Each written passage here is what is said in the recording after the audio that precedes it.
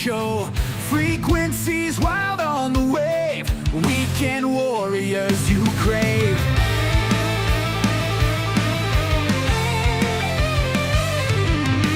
Static crackle, stories fly. Heroes born and never die. Ham radios, they never sleep. Tune in now, secrets keep. Weekend warriors on the line. Echoes of a battle sign. From the front lines to your ear, here's your show now, loud and clear.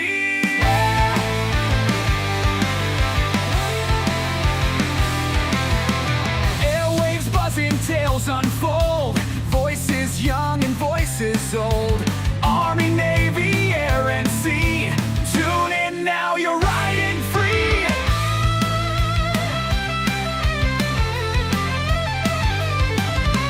Mic on loud, our crowds roar. Every tale you can't ignore. Through the static, truth will shine. Tune your dial, it's time to ride. Weekend warriors on the line. Echoes of a battle sign. From the front lines to your ear, here's your show now, loud and clear.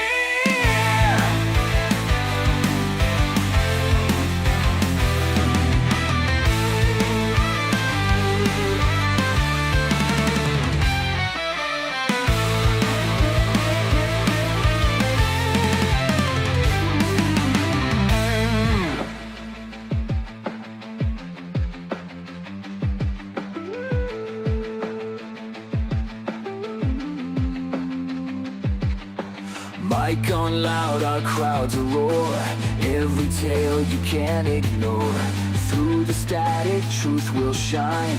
Tune your dial, it's time to ride. Weekend warriors on the line. Echoes of a battle sign. From the front lines to your ear, here's your show now, loud and clear.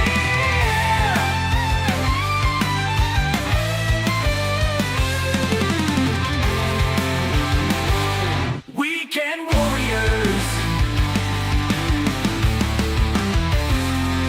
on the line.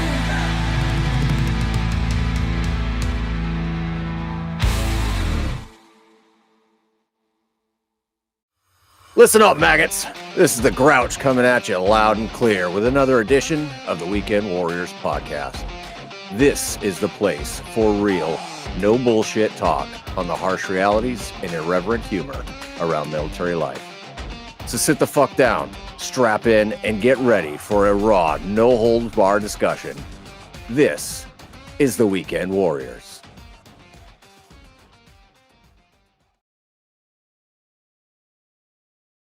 Right. Good evening and welcome to another episode of the Weekend Warriors podcast. I'm your host, the Grouch. And let me tell you, I've been thinking a lot lately about identity. Mostly because at this point in my life, I feel like I should probably have one. I'm old enough that nobody should be asking me what I want to be when I grow up. Apparently, though, life looked at everything that I had built, knocked half of it off the table, and said, all right, asshole, let's try it again. Honestly, I don't have a clean answer. I can give you the labels. I'm a veteran. I'm a father. I'm a content creator. I'm a ham radio operator. I live in an RV. I jump out of airplanes. I host an internet radio show that I routinely describe as group therapy on the interwebs, despite having zero qualifications to provide therapy or group supervision. And now I'm also a single man trying to understand modern dating, which means often I stare at my phone and I wonder whether civilization made a huge mistake by inventing the internet. All of these things describe parts of my life, but they don't completely answer the question that I want to talk about. Who are you when the thing that defined you is gone? I think a lot of us build our identity out of the roles that we occupy. We're husbands, wives, fathers, mothers, providers, veterans, employees, business owners, leaders, caregivers. We become the reliable one, the strong one, the funny one, the angry one, or the one everybody calls when something breaks. And there's nothing wrong with having roles. Roles give life structure, give us responsibilities. They tell us where we belong, what is expected of us, and where we're needed. The problem is that after enough time, it becomes difficult to tell the difference between a role that we perform and the person that we actually are. For a long time, my life had a recognizable shape. I was married. I had a home in New Hampshire. There was family structure. There were routines, responsibilities, plans, and a shared idea of what the future was supposed to look like. I knew where I fit in that picture. But then that picture changed. Now I live in an RV. I travel around the country. I make videos. I host shows. I spend a lot of time at drop zones. I jump out of planes for recreation, which is either evidence of personal growth or a very elaborate refusal to sit quietly with my thoughts. Probably both. From the outside, the life that I'm living now might look adventurous, and it is. There's some freedom in it. There are experiences that I wouldn't trade. There are people that I would have never met if my life had stayed exactly the way it was. But outward change and inward change don't always happen at the same speed. Your circumstances can change overnight. Your identity might take years to catch up. A relationship ends, but part of you still thinks like a husband. The children grow up, but you're still waiting to be needed in the same way. You retire, but your sense of value is still tied to your job. You leave the military, but civilian life never quite feels like where you belong. You lose the position, the title, the organization, the house, the community, and suddenly you're standing in a life that belongs to you, but it doesn't feel like yours anymore. The old version of you is gone, and the new version hasn't finished loading, and apparently there's no progress bar. So that space in between can be uncomfortable, feel like something's wrong with you. You can have freedom and still feel lost. You can know that change was necessary and still grieve what it cost. You can be excited about what is ahead and still miss the person that you used to be. That doesn't necessarily mean that you made the wrong decision. It just may simply mean that the old identity was real and losing it deserves to be acknowledged. But I also think that when an old identity disappears, we become very tempted to replace it immediately. We look for something else that can tell us who we are. Sometimes that's jumping right into another relationship. Sometimes it's work. Sometimes it's politics, religion, fitness, motorcycles, gaming, drinking, social media, or some new community where everybody dresses the same, talks the same, and assures us that we belong. For me, skydiving could very easily become that replacement. Skydiving gives me a lot of things that a person in transition needs. It gives me goals, gives me community, gives me fear to overcome, gives me something to improve at. It gives me a place where people know me and notice whether I show up. At the drop zone, my life makes sense. There's a schedule, there's a mission, there are people that I trust, there's a plane going up, gravity bringing us down, and very little time in between for an existential crisis. That clarity is valuable, and so is the community. So is also the feeling of doing something that not very long ago I was unsure if I was even capable of doing. Skydiving has 100% changed my life, but I have to be careful not to let it become my life. Because someday the weather's going to be bad, someday the season's going to end, someday money might get tight, my body might stop cooperating, or someday I might simply decide that I have just had enough fun falling towards the earth at 120 miles per hour. So if Paul the skydiver becomes the only Paul that I recognize, then losing skydiving wouldn't mean losing an activity. It would mean losing myself all over again. That is the danger in allowing something to define us completely. And that could be a relationship, it could be your career, it could be the military, it could be parenthood, it could be a hobby, a title, a reputation, or a cause that you fully believe in. The thing itself doesn't have to be unhealthy. In fact, it might be one of the best things in your life. The problem begins when you can no longer imagine yourself without it. And that doesn't mean that we should avoid commitment. It doesn't mean that we should keep one foot out the door in every relationship or refuse to care deeply about anything, because that wouldn't be living. The answer isn't to love less. The answer might just be to understand what it is underneath the role that matters the most to us. Because maybe my identity isn't skydiver. Maybe skydiving is just one place where courage, discipline, trust, freedom, and growth show up in my life. Maybe my identity isn't as a veteran, but maybe instead the military service was one place where loyalty, duty, sacrifice, and brotherhood were expressed. Being a husband wasn't my identity. It was just one way that love, commitment, protection, and responsibility took form in my life. So the role might end, but the values don't have to. The activity might disappear. The qualities that brought it out in us can remain. And that distinction matters because roles are temporary. Even the roles that we expect to have forever can change. Relationships change, careers end, children grow up, our bodies age, organizations can replace us, communities can shift.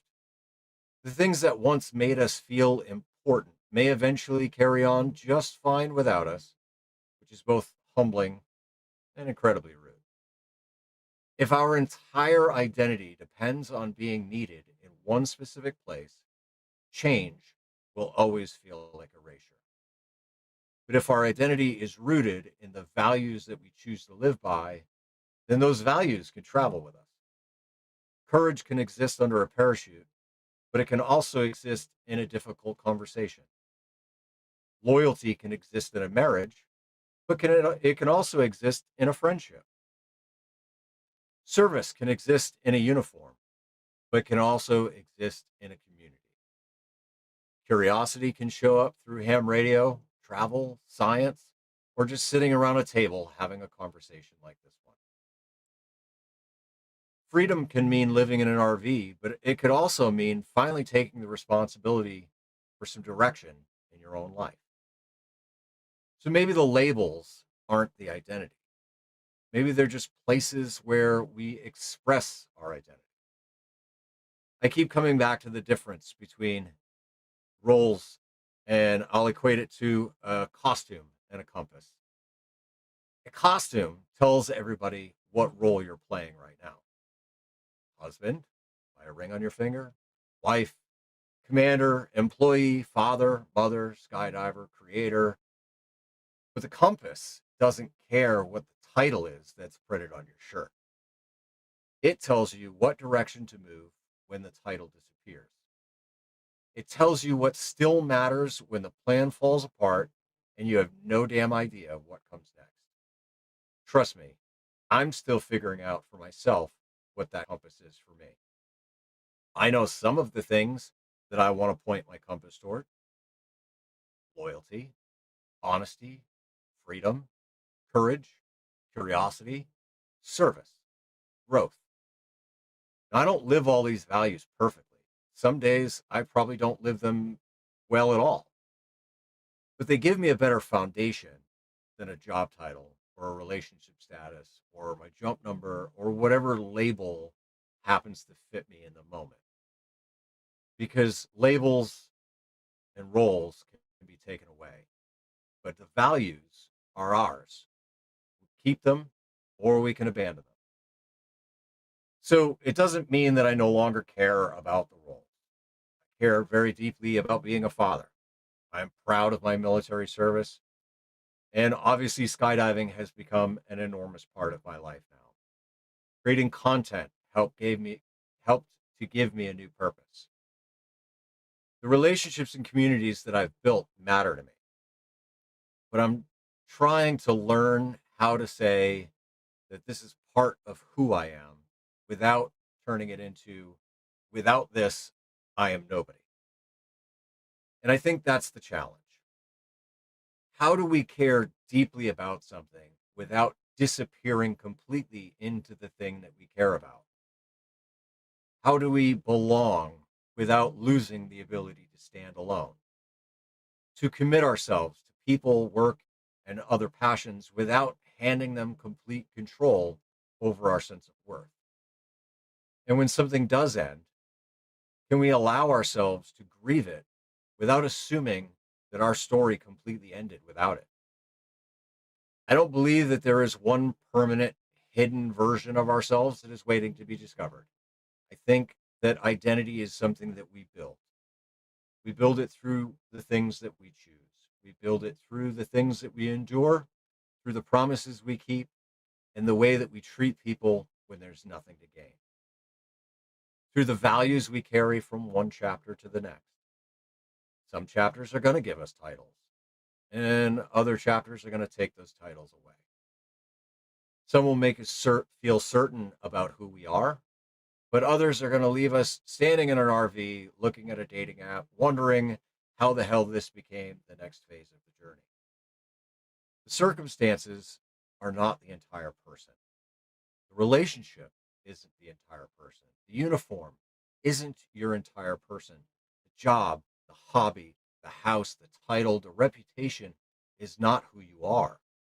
Yes, they matter. They shape us. They may even save us for a little while, but it's not all that remains. So the question that I'm putting on the table tonight is, who are you when the thing that defined you is no more? Which new label do you grab for? How quickly do you try and replace what you lost? And how well can you pretend that it never mattered? I mean the person underneath all of it, the part that remains, and whether that is enough to build the next chapter of your life. That's what we're talking about tonight. So welcome to Group Therapy on the interwebs. This is the Weekend Warriors. Now, I started with a short panel here, but it looks like we've had some people join in. So let's welcome tonight's guests. Chris, Radio and Life, thanks for joining. Hey, guys. Tortoise. What's going on? Long-time listener, first-time caller. Yeah. Carlos. You know, Tortoise, you forgot the part that says, hello, Mr. Obvious, long-time listener, first-time caller. You got to start it with, hello, Mr. Obvious. Okay? Well, you know, I'm the DEI hire. I can't remember all this stuff. I'm the DEI hire. How are you the DEI hire? Shit. I'm the Latino in the crew, man. Carlos, you got to remember, Tortoise is down in Arizona now, so now he is the DEI hire. You know, had a good conversation with my thumbs this afternoon, and we were talking about the Grouch, and we were talking about the Carlos. Did the right thumb and the left thumb talk to each other? Yeah. So we were talking about who is going to be thrown out of an airplane this October, and Tracy mentioned that Grouch is too damn skinny for me to jump with. I said, I don't think he has his tandem yet, darling. Yeah, it's going to be a while. So I said, we're going to throw him out the airplane. Throw her out the airplane with Carlos if he ever shows up. Shows up to where? Arizona? Yeah, you need to get down here, brother. Well, you know, I can show up to Arizona. Doesn't mean the Skydive Arizona is going to let me jump. They will let you jump. Maybe. They'll let you jump, sir. Or I'll borrow an airplane and let you jump. How's everybody doing tonight? Fair to Midland. That's a reasonable answer. That's what Pittsburgh's saying. I've heard that before. Fair to Midland. Well, it's been a crazy 2 weeks here, so it's fair to Midland right now. Might be able to All get right. out and play Parks on the Air tomorrow. Well, give us a recap, Chris. What's been going on the last couple weeks for you? Well, a lot of you know I haven't been putting out a lot of videos and stuff like that lately, mainly because of the job that I have. But I guess I wasn't doing a good enough job, so they removed me off that and had me choose from two other jobs. So I decided to be a, let's say, lazy butt and start driving a forklift again. So, granted, I work in manufacturing. I was enameling sinks, having a blast doing it. Had a couple bad weeks because of outside circumstances of the Big D going on. And now I'm driving forklift, enjoying life, and listening to podcasts and just trying to have some fun. And all I know is in a week I'll be headed south. So I'll be down in Ottawa, Illinois for a week for UAW training with the Region 4 area. I was so gonna start singing. Going through the big D and don't mean Dallas. So No, I mean the question, that's Chris, right. are Yep, you going go are ahead. you going to stop? Are you going to stop and say hi to the Grouch and I? That's the real question. Yeah. Now, Chris. I have let the Grouch know where I am stopping for my quotas on my way down on August 9th. I will be on 5-2, and I'm hoping either you, Carlos, is up in the air when I come driving through, or I'm just going to stop at the airfield and say, hey guys, how's it going? Yeah, right. I think we're going to be conveniently off the air. Oh, ouch. Ouch. Damn. That hurt. Paul, You how you might be on doing? a different band. How was your week? I got Paul. an interesting test message from you, Paul. Um, no, I mean my listen. The last couple weeks, I've just been trying to do the things that I've been talking about since Christmas, right? Like um, reaching out, doing buddy checks, and doing things to keep my mental sanity in check. I got to jump the other day, which was fantastic. I got what 4 jumps in with some newer skydivers. So it Nice. was great to kind of put some of the coaching skills that I've learned, even though I don't have my rating yet, into practice, and it was great. I went and activated two parks, one in Wisconsin, one in Illinois.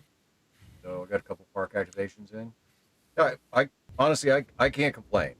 Uh, I just I don't know. I've been thinking a lot about how many times that I've defined myself by whatever it was that I was doing, and no matter what my job has been, or whether I was in the motorcycle club or now skydiving, like these are things that I do, but they don't define me, and so I'm trying to figure out, I guess, like who the hell am I these days? I mean, I'll tell you, you are Paul.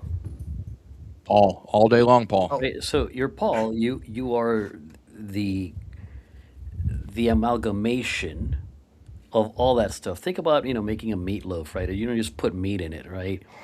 You put meat and hopefully some really good seasoning. Not like there's some people that make very bland meatloaf, right? But we're gonna put some ingredients in there to make it tastier and whatnot, and the amalgamation of that makes the person, right? If you take the oregano out of the meatloaf, it doesn't quit being meatloaf. It's just a little bit less tasty. right? But it's still meatloaf. Is it now? So I'm Is just it? I'm just slightly less tasty meatloaf right now, and I gotta add some seasoning. Add some spice in there, Bubba. Well, I agree with Carlos on that statement, or I shouldn't say statement. I would have to say, but I was thinking more like banana bread. Some people add nuts, some people add, vanilla, yeah, extract into it. You take those things away, it doesn't make banana bread any better or any worse. It's blah. I have some news for you. If you take the nuts away from me, we're gonna have a problem. I'll try to What? remember that. You guys just froze on me for a second and then came back. It's got to be my stuff.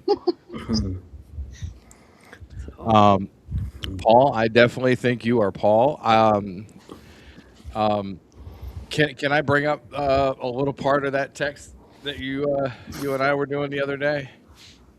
Yeah, whatever, man. Share it. So Paul texted me. He goes, "Dude, I was thinking about you," and I said, "Actually, I was thinking about you. We were just texting back and forth." He said, "I'm trying to socialize at the barbecue," and I was like, "Yay! You got the fuck out of the trailer, dude!" I was doing the Snoopy happy dance, man. I was like, "Holy shit!" I was like happy. I was like, "He's getting out of the freaking trailer. He's socializing." He made it sound like it was the most painful thing in the world just by how he worded it. But I know, It and was. I had to get him off of whatever uh, sensitivity that was. And I said, "So, is there any good looking women there?" He's like, "No." You asked No, you asked you asked the wrong question, sir. The correct yeah, What? the I correct didn't say there question. wasn't any good-looking women. I said there was no Okay, single women. sorry. Oh, I okay. Now that's a different. Yeah, That's a that, That's right, different. because I started singing the song in chat. All the single ladies, all the single ladies. I mean, what I was gonna say, it's like the question isn't are there any good-looking women. It's just are there any women that you would. I mean, looks don't necessarily have to follow. No, I wasn't gonna go there. Listen, uh, I say What? I haven't been in the single life for 32 years now, so it's difficult to, backtrack to my single days. But I will tell you that in my single days, the willing are the willing. It's let's go. I, I am. I was like the proverbial all-encompassing. Let's go. There's there's no discrimination. Now, I Um, lucked out that I, Grouch has met my wife. I lucked out that I ended up with a fantastically hot wife. But You so you what if definitely you? punched way above your level. yes, exactly. I will say the same thing on my side. I have definitely punched above my level. Which But isn't that what we want for all of our friends? yes, There you Yes. go. yes. I mean, don't get me wrong. I have a couple of friends that are punching below their level, but and I just go, well, okay, the stats have to end up there somewhere, somehow, right? But ultimately, as a guy, I want my friends to be punching above their weight and enjoying their life. But you always have to have a wingman. Sometimes, in the single life, it helps, right? In the married life, it not really. No. You know, Well, uh, somebody should have told them that they needed to quit being the wingman. so Grouch, you got a couple of you said you got 4 jumps in this week. Yeah. That's 4 more than I think I'm going to get this week. So I'm going to get philosophical with you now. Uh-oh.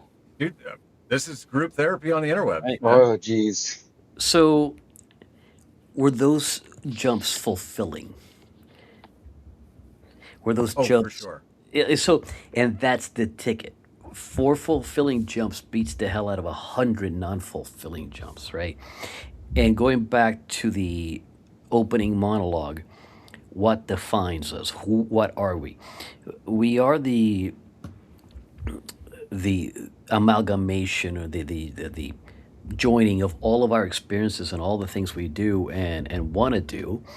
And if those things are fulfilling, I think it makes going through life a hell of a lot easier. It makes a hell of a lot, you know, when you wake up sore in the morning from having slept the wrong way because you're now, in your 40s, and you finally realize, oh, wow, my dad, my mom were right. This whole sleeping wrong is a thing. But I flash back to the day that I had yesterday, and yeah, it was totally worth it. Sleeping wrong and waking up achy and whatnot is worth it, and it's fulfilling because it helps me be the me that I want to be, right? Okay. Yeah. Now, if I could just pass my eval jumps, get my coach rating. Oh, you'll pass your evals. I don't see that as a problem. Just You need relax, to take a deep breath, I, relax. roll in, four I, out. guys, I need to take a break. I'll be back in the studio in a little bit. All right. All right. I hear somebody's phone buzzing, so it Yeah, must it's be me. his. It's just an emergency call. Kick me out of the room, please.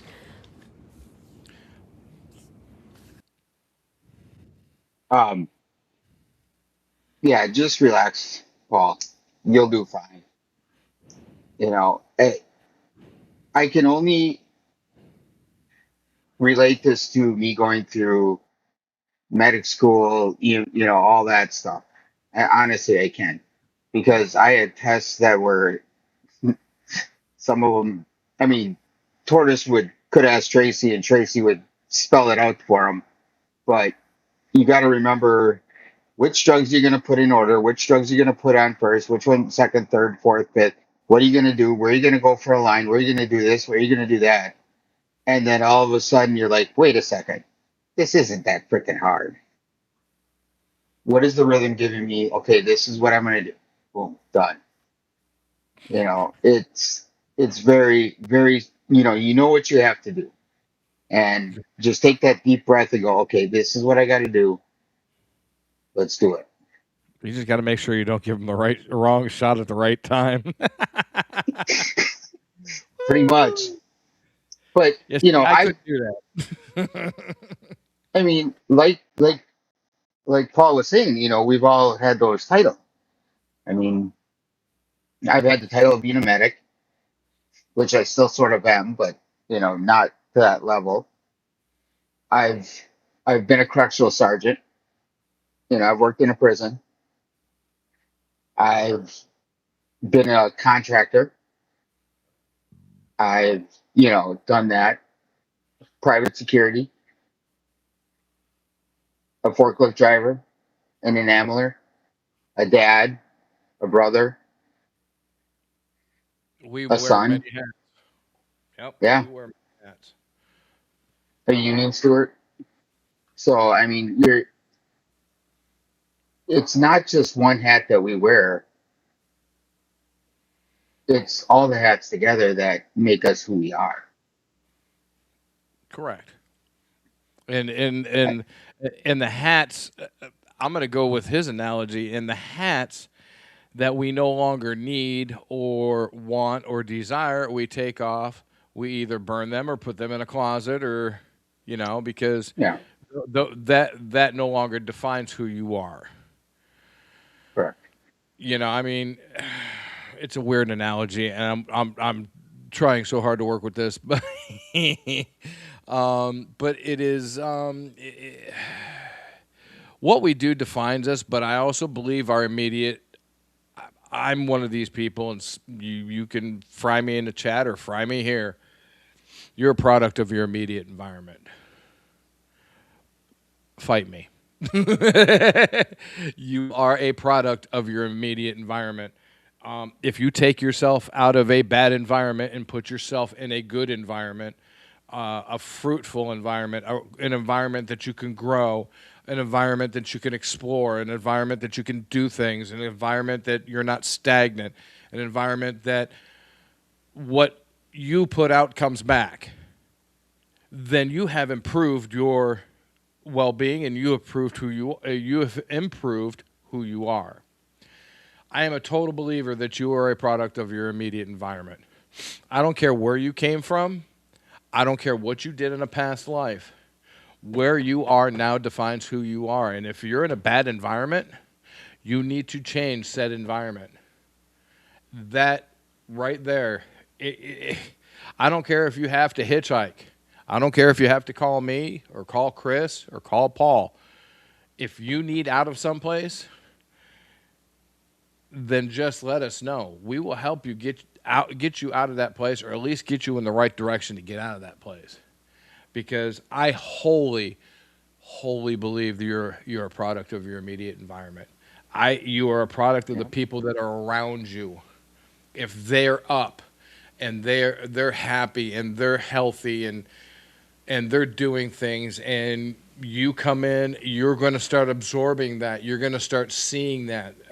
If you're in an environment where there's love, that love is going to come towards you. You're going to start putting that love back out. You are a product of your immediate environment. I could care less what anybody says. What say you, Paul? Well, so I mean, I guess the point that I was trying to get at in my monologue was that yes, all right, we are oftentimes defined by what we do and who we surround ourselves with, but that doesn't shape the values that we hold No. dear, Correct. right? No. And so the values that we hold dear is what defines us, and those values will move with us through all of life's changes, no matter what our role is.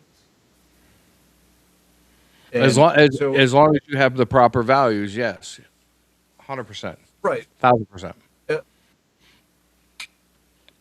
so I guess my biggest thing here, right, is like we've we're all flag and torch guys here.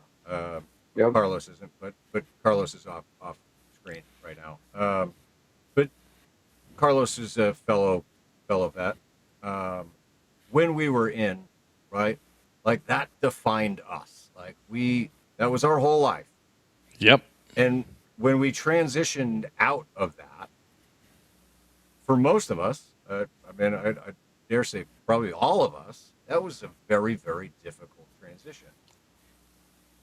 Well, you go And from three hots and a cot in a heartbeat to what? You got to fight your way to get to a meal? Yeah. you got to figure it out, you know, Yep. but that, that also translates into other aspects, right? Where, Chris, you're going through a major life change right now. Not only personal, but also career wise. You're going through Right. multiple changes, right? And so it could be very easy for you to kind of lose that sense of self of who you are if you hold on to those roles as defining who you are. And Well, and so, the one thing I've been doing, and sorry to interrupt you, but the one thing I've been yeah, yeah, doing and I have to do, um, number one is I went back to my roots. So what did I do when I was growing up? I spent more time in the woods. I went to church. I'm not saying every week or every day, but I go to Sunday mass every now and then, you know, just go. Um, but those are things I have to do so I can find my grounding to get back to where I need to be.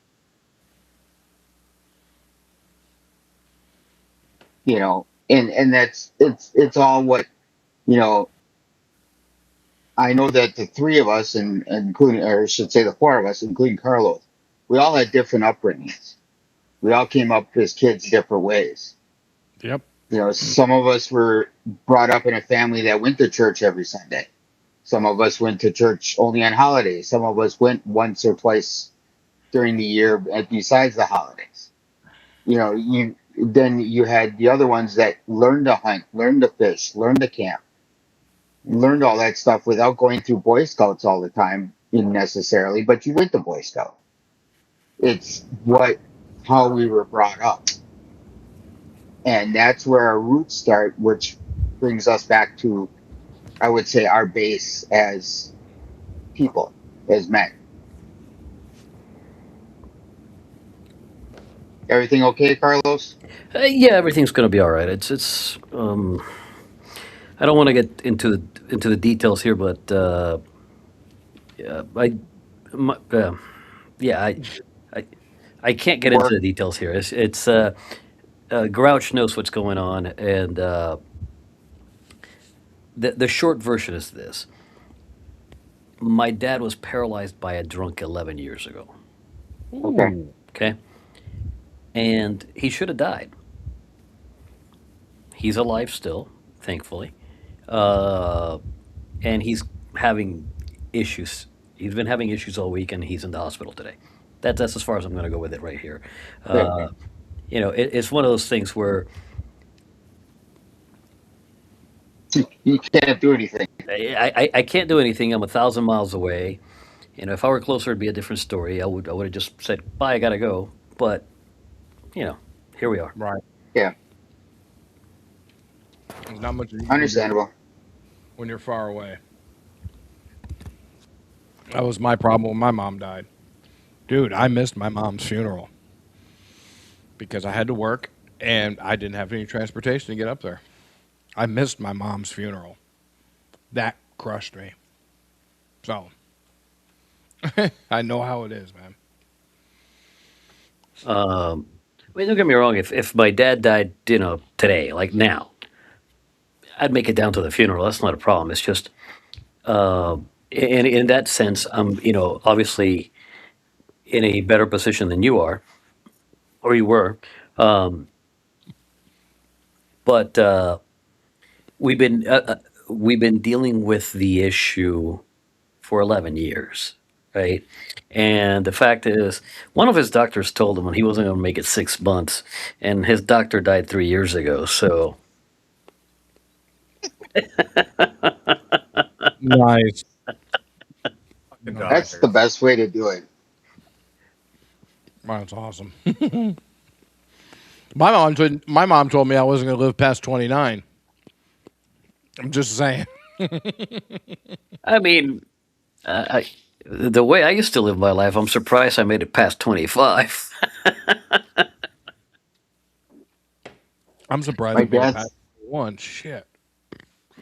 my mom and dad are still surprised I'm alive because I used to go down mountains at stupid speeds, and I made it past 30. So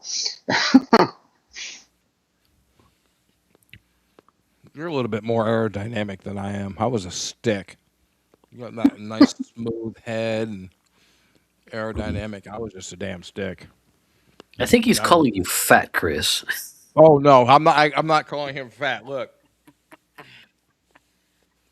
I am pushing the limits for a tandem jump right now, sir. If you know what I mean. Which is why we need Grouch to get his tandem rating that way, because he's a lightweight. He can carry bigger payload. I think my left I'll leg tell weighs as much as Grouch does right now. I'll tell you this: when the day does come that I go through the Sigma tandem rating course and I get that rating, I will not tell a single person at the fucking drop Oh, but we'll know. Oh, we'll know. zone. You think we don't know? Carl, Shit. If you hung Carlos, me up in front you of gotta post that everywhere. As soon if as you you got find out, you gotta post it everywhere. Shit, are you kidding me? I'm going to take a selfie with him and being my TI. I'm going to be in the front right. I'm going to be like, that see selfie right who's the TI?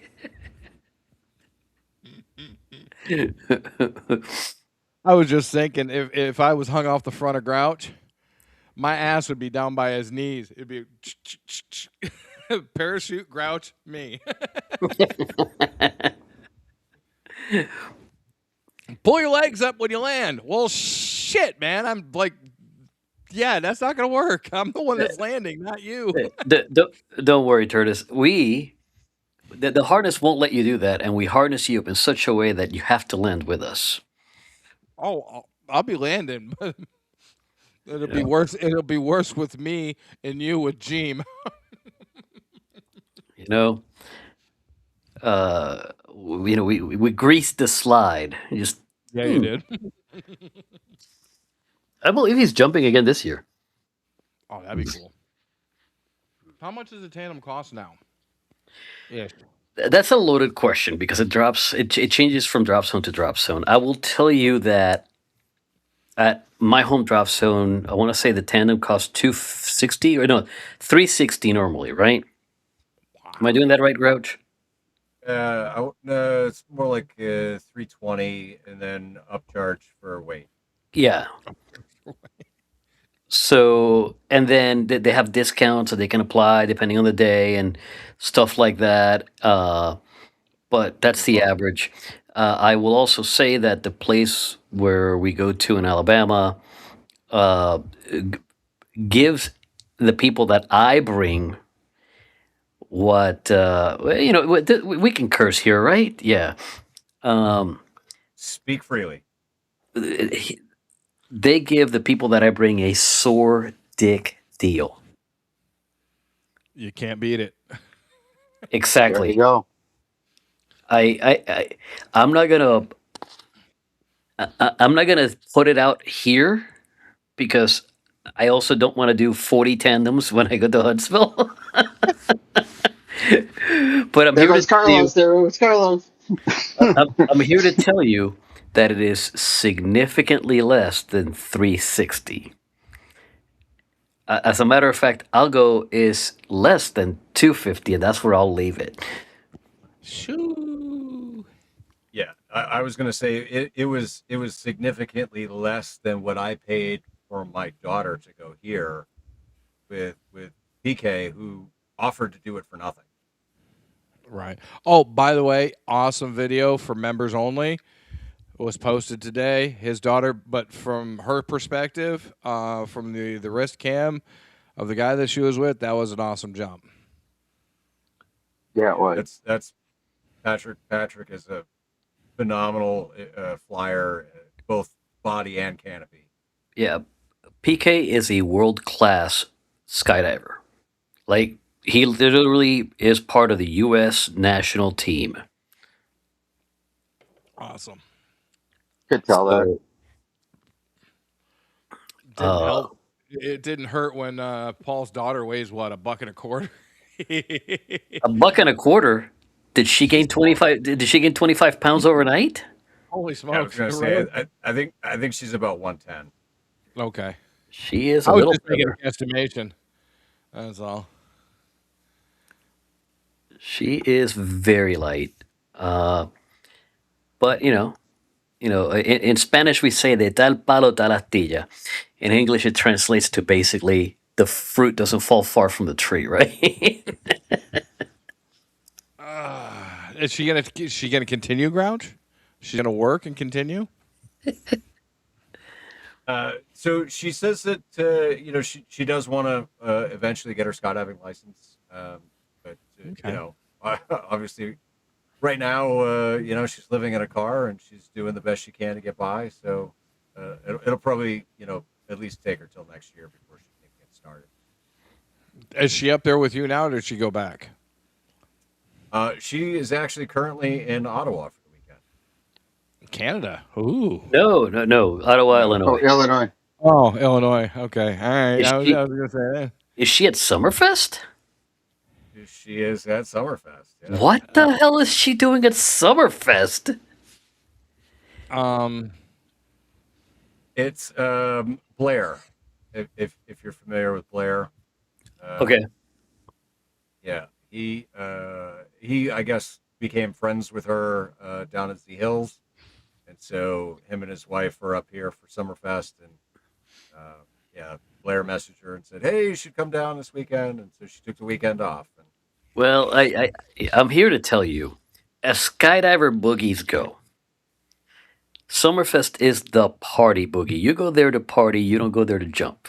if you jump, bully for you. But and don't get me wrong, they have a lot of really great load organizers. They have a lot of great aircraft. Uh, but Summerfest is about the party, and I don't go for a good reason. Yeah, I well, will party. she tried to get me to go down, and I was like, no, I can't party like that anymore. I mean, we all choose how heavy we party, right? And no one's gonna give you grief about not going, gonzo down there. Uh, there are plenty of people that are significantly older than us. They're chilling out, right? But my issue with it is just because I'm not partying doesn't mean that I get to sleep because the party's going so hard and so loud that it doesn't matter where I go. I'm not going to get any sleep. So if I'm here to jump and I can't sleep, what's the point, right? But yeah, Summerfest is the party of all skydiver parties. Um, I don't know that I have been to a boogie rowdier than that. And even on weather days, you you have a lot of fun. Yeah, well, it's looking like today. Today was 100% a weather day. Tomorrow is looking like it's going to be a weather day as well. So That sucks. Hey, come down here today. What was the record today? I think it was supposed to either today or tomorrow. It's supposed to be 118 degrees. But it's a dry heat. Dry heat with a dew point of like 55 degrees. Oh my God. Forget that. No, thank you. Yeah, yeah, dude, swamp nuts. I kid you not, man. They will be down by your knees trying to freaking ventilate themselves. I kid you not. Cornstarch. Cornstarch. Dude, Cornstarch. the cornstarch turns into concrete after about a half an hour. Trust me when I Then you're tell you putting this. too then you're putting too much on. okay. Gold Bond. Yeah, I've got the black bottle of Gold Bond. And it's great You know, stuff. it, But the, the, the trick is to switch somebody's gold bond with a peppermint powder. Yeah. It's actually rather funny when it happens. I will find you. I will find you. Oh God, that hurts No, you just won't. thinking. Oh no, I will find Carlos. I'm 7 states away. He'd be like, Carla! Exactly. God damn it. You old bastard, get over here. So Um, are you coming out this fall? me, Yes, you. I probably know not he's this coming out. fall, maybe in February. I'm Okay. thinking seriously about going down in February just to get away from the insane cold that is the Midwest in winter. I have Dude, a friend. Temptation. The problem with campcation is that it's A, in Florida, and B, it happens the week before I'm scheduled to be down there to help with my dad. Oof. So that means 2 weeks away in Florida back to back, and that's just not going to happen. Yeah, that's too much. And in Florida, you know, listen, for those of you that live in Florida, please take this with the most loving way possible. Florida fucking sucks. And if you love Florida, and if you love Florida, bully for you. I'm happy for you. No, I don't want to be that close to people. So I avoid Florida whenever I can. Um, I spend a week every quarter or so down there helping with my dad and helping with the house. And that's all the Florida I can stand. Like by the time the week is over, my wife looks at me and goes, "You need to get back to no population zone because Yeah. you're being an asshole." And I'm like, I know, I need to get away from these humans. These humans suck. Yeah. The older I get, the more I get like that. I I have never lived in this house. I can unroll this window here and look out and see my neighbor's house on the other side of the wall. I have never lived this close to somebody in my entire life. But it's a sacrifice because I could not find any place out in the wilderness, so to speak, or place to rent. So yeah, I'm stuck here at least until October, until I have to start paying rent because I already put a whole bunch of money down.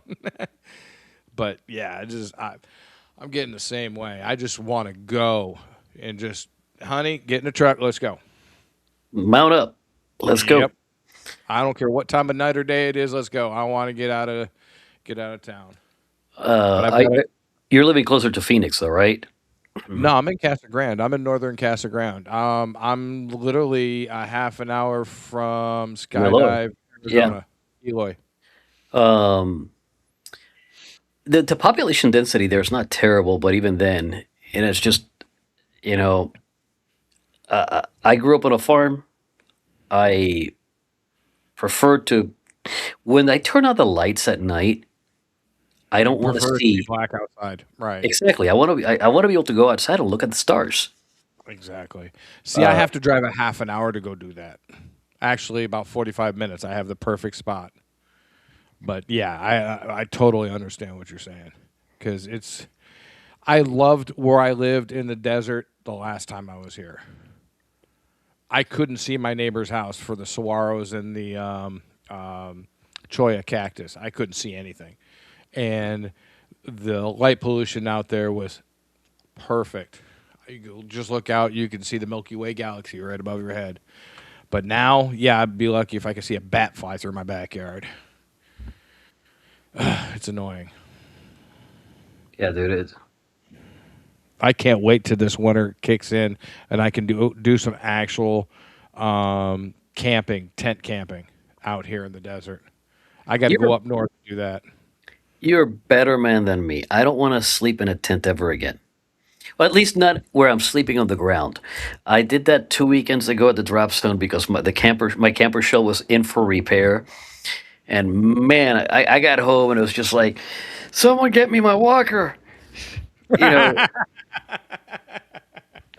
uh, Oh, you poor man. You'll be fine. oh, dude, it's Fuck, I'm older than you and Grouch, and if I get a halfway decent pad, I'll still sleep on the ground. good for you. I'm glad you can, Tortoise. I can't. Well, all three of you broke ass bastards. Yes, and happy to be right is part of We who don't I mind. am. It's part of who Yeah, I am. Broke ass I don't have bastard. a problem with. I know what I did when I screwed up my knees and my back and my whatever else. I've got two.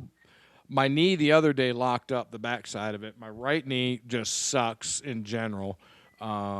That I damaged in high school, and I've never got it repaired. So yeah, the older I get, the more it sucks. My right shoulder, I never got that repaired, so it sucks. So, but you know what? I'll go out. I'll swing an axe. I'll freaking hang out, sleep in it. I'll sleep on the ground or sleep in a rooftop tent. Don't matter to me.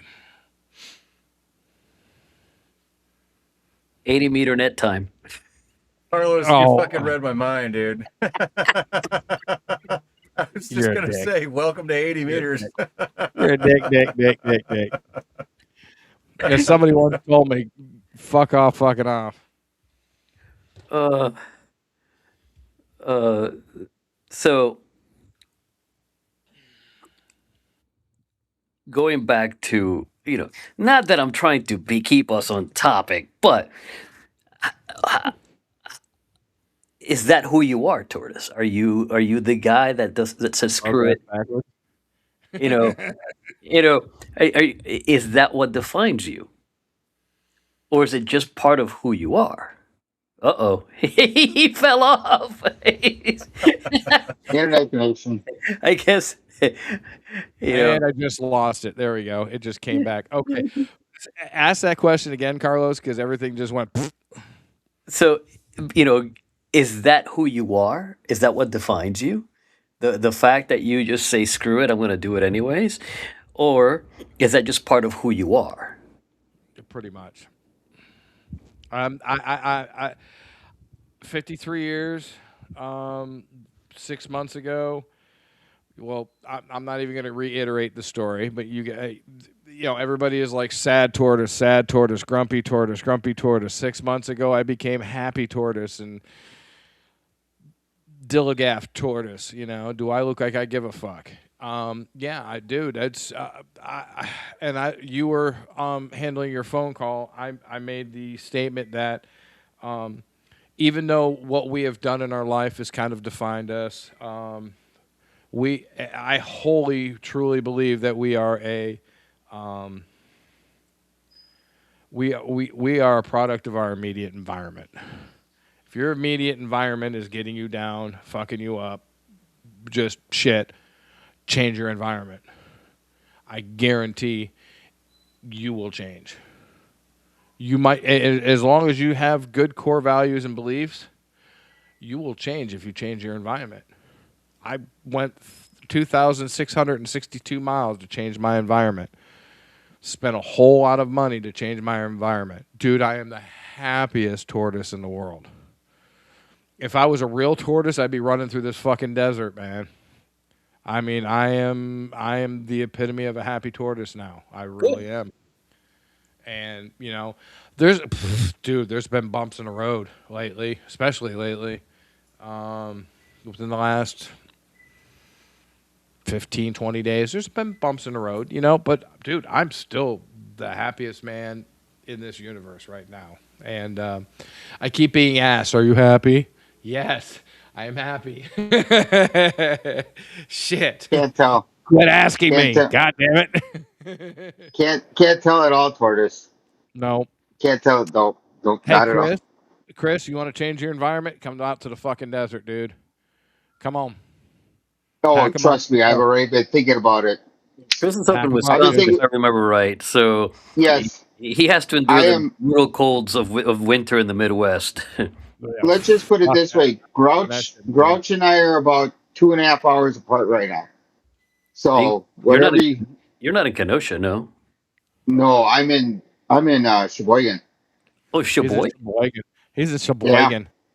I'm an hour north of Milwaukee. He's from Minnesota, don't you know? I He's I'm mean, not a right on Yooper. Lake Michigan. He's not a Yooper. Nope. Wisconsin. He's from uh, Wisconsin. Wisconsin. Wisco, Wisco, that, Wisco. that Wisco. the home of the spotted cow. Yes, and And Pabst cheese. and Miller. Spotted Does cow is a beer, correct? yes? Yes, Does Pab still have that big 6-pack painted in their brewery there? yes. Okay. Nice. I- Nobody's tried to They, steal it yet. they used to market it as the world's largest 6-pack because it's full of beer. Oh, is it the storage facility? The storage thing? Yeah. Is Yeah. it like a six It's pack? That's fucking where they man where they that's manufacture it. But you got Kugels there now too. So you got Liney's and you got Miller brewing at the same place. what did you Lightning, call that beer? Lightning, Kugels. Lean and Kugels. It's Lightning German. Kugel. Kugels. Liney? What the fuck is this Liney shit? It's Kugels. Lightning Kugels. Fuck. Goddamn Midwesterns fucking up accents and shit. Fuck. Screwing up names. Is it That is a Lafayette or great beer on Lafayette? a hot summer day. It's Oh, Lean and Kugels. Lafayette. Fucking awesome. Is it Lafayette or Lafayette? Lafayette. No, in Tennessee it's Lafayette. Well, in I'm Tennessee, It's just that's saying. Lafayette. I'm just saying. He's a cheesehead. you know. Um, Must not be many Frenchies down in Tennessee. No. No. Is it Du Bois or is it Dubois? Dubois. Dubois. Okay. Pennsylvania, it's Du Bois. They're wrong. Yeah. just saying, fucking Midwesterns. I don't know what the fuck's wrong with you guys. What, the fact that we know how to speak?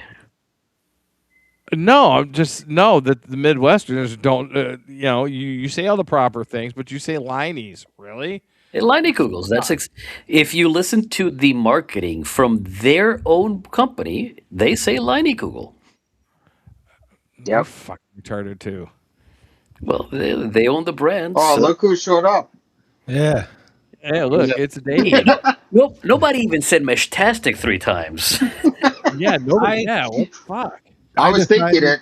in the heat of the day to replace the bumper on my truck in the parking lot of the RV park and took a shower, passed the fuck out.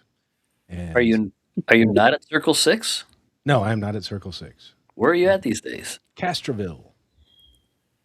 Little Where's that? town outside So, of San Antonio, What state is that? Texas. Okay. So you're still in the vicinity of the 6. Yeah, about 4 hours away. Sort of. Only 4 hours. That's like a third of the state. That's Yeah, right. Texas, dude. That's a little Oh no, jaunt. that's like a tenth of the state, dude. Depending on what you're crossing. But I'm a little red today. Yeah, your forehead Yeah, I looks a see. little red. Yeah. So, but yeah, I Looks passed like you had the fuck out. fun. Woke up and I was like, oh shit. And my phone was blown up and text messages and shit. I'm like, uh-oh. So, hi. That's all right. I made it here by the skin of my teeth. So Dave, are you going to be at the Huntsville? I am. Cool. I'll see you there. I got DEF CON in between. I'm gearing up for DEF CON right now. So, I want to go to DEF CON so badly. I just can't. It's either if I go to DEF CON, it's a week of skydiving I have to give up, and I only get skydiving for half the year, so I'm not giving it up. You want to talk about defining somebody, right?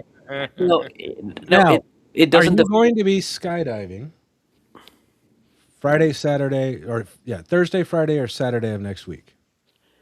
Possibly. Okay. Could you run HF? Yes, I could possibly run HF. Because we're going to have a special event station. And we would love to try and get some aeronautical mobile. So right now, the way my schedule is set up, I should be at the drop zone on Sunday, and then I should be back at the drop zone Friday, Saturday, Sunday of next week. Okay. With the caveat of I'm playing it by ear because in 2 weeks after that is Huntsville, and I got to keep Mama happy. So if I have to play it smartly, but A Grouch, you can't do HF yet, right? No, I'm not ready to do it. All right. it gets complicated. Believe it or not, I mean it part of my problem is that for me, I don't know how to provide the visual of how complicated the setup is. Right? I can show it to people, but with the experience that I have, I'm able to make it look easy.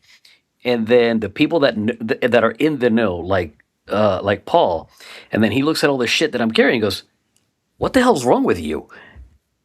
Like, and I've been asked that many times. Like, what the hell's wrong with you? You're gonna trail an antenna behind you? What is?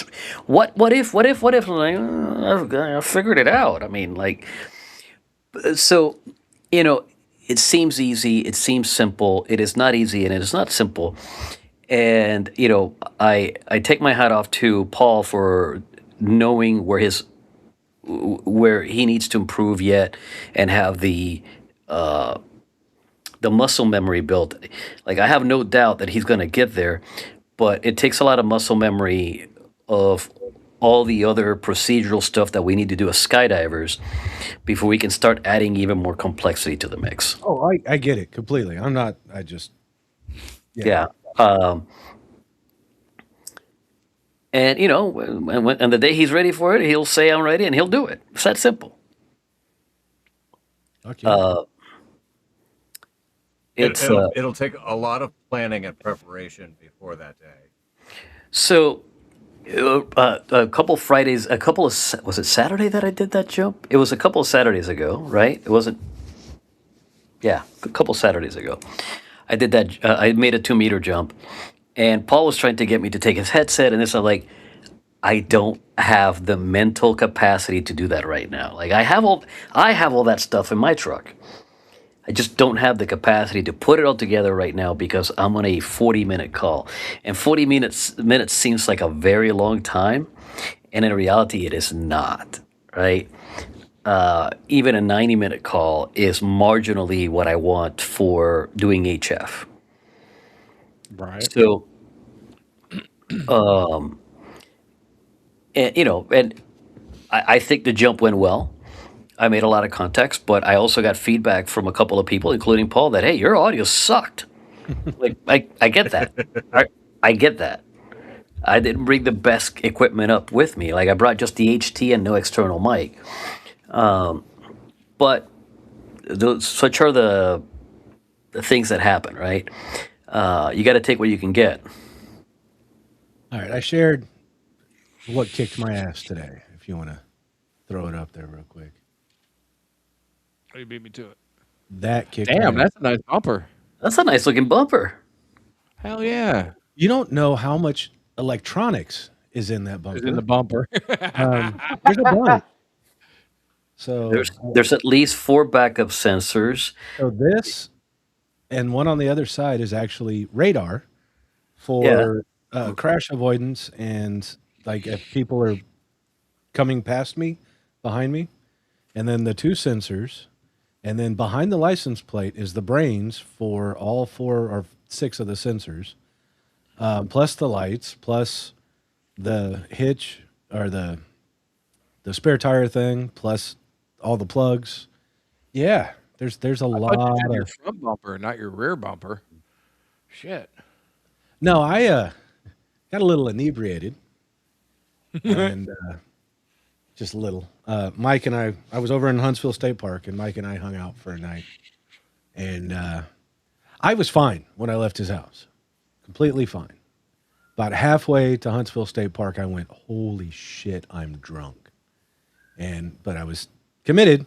So somewhere in the park, I got turned around. I remember backing up, and I remember seeing a stump. I remember seeing it in the camera that there was a stump. And I backed up. Oh, nope, I missed the stump. Cool. And drove off and went and parked, right? Oh Next no. morning, I went to drop the tailgate, and the tailgate wouldn't go down. Oh no. I had hooked the stump with Oh the no. bumper and did that as I was driving away. And 3/4 ton diesel truck didn't even realize it was doing it. Or the alcohol, one of the two. It's not mutually exclusive. It could be both. Yes. So What is it? I- The kids do 6, 7. yeah, 6, 7. Yeah. So I beat it up down with a sledgehammer to get it to where I could open my tailgate and be okay. And then I was like, well, how much is a new bumper? And a replacement bumper for my truck, just stock bumper, was $780. Wow. And that bumper, That's cheap. $500.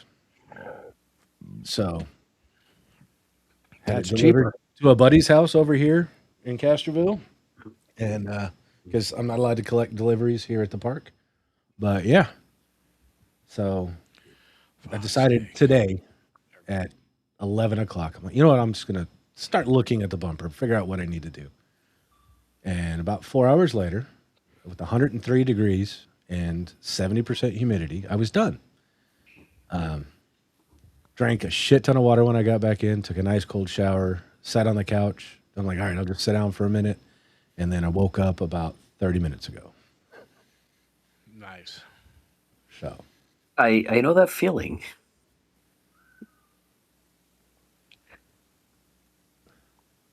So was it the text message that woke you up?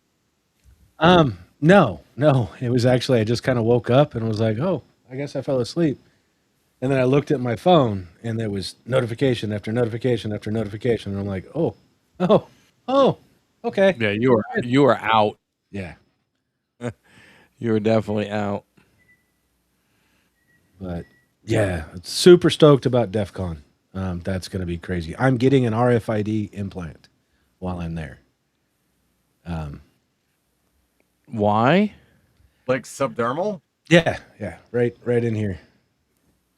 So I have a dumb You, question. Can we you, walk up with a PET scanner and check you? you and Deviant can hang out together that way. That's good on you. Yeah, which I Uh, almost had Josh. Josh was actually geeking out on it, and wanted to get one, but his clearance at work won't allow him to get a subdermal miniature radio in his hand. well, I yeah, wonder why. Yeah, let's just leave that one. Why didn't you you know. just get a QR code tattoo on your back? Like right on the back of your head so people can just walk up. Well, it comes with a purpose. This year's DEF CON badge is actually going to be like a part of it is going to be like an e-wallet or whatever, the password crypto kind of wallet that has an RFID reader. So I'll actually be able to store all my passwords and all my secure stuff on that with that, and then when I need to use it, just beep, and it'll activate, and then random secure passwords will pop up where they need to, and everything So will be now we know all we need to do is just chop his hand off and take his badge, and we're good to go. there. You go. You don't even Yeah. need that. You just need a razor knife and cut out his fucking web right there. And Nah, But nah. it's Look, that's, it's a tiny little implant. It's about that long and about that wide. hey, But it don't has call it. Hey, listen, I'm here to tell you that's not tiny. That's normal. He thinks it's small. That's the thing, Carlos. Remember that. Average. it only takes a 4-gauge needle to implant it.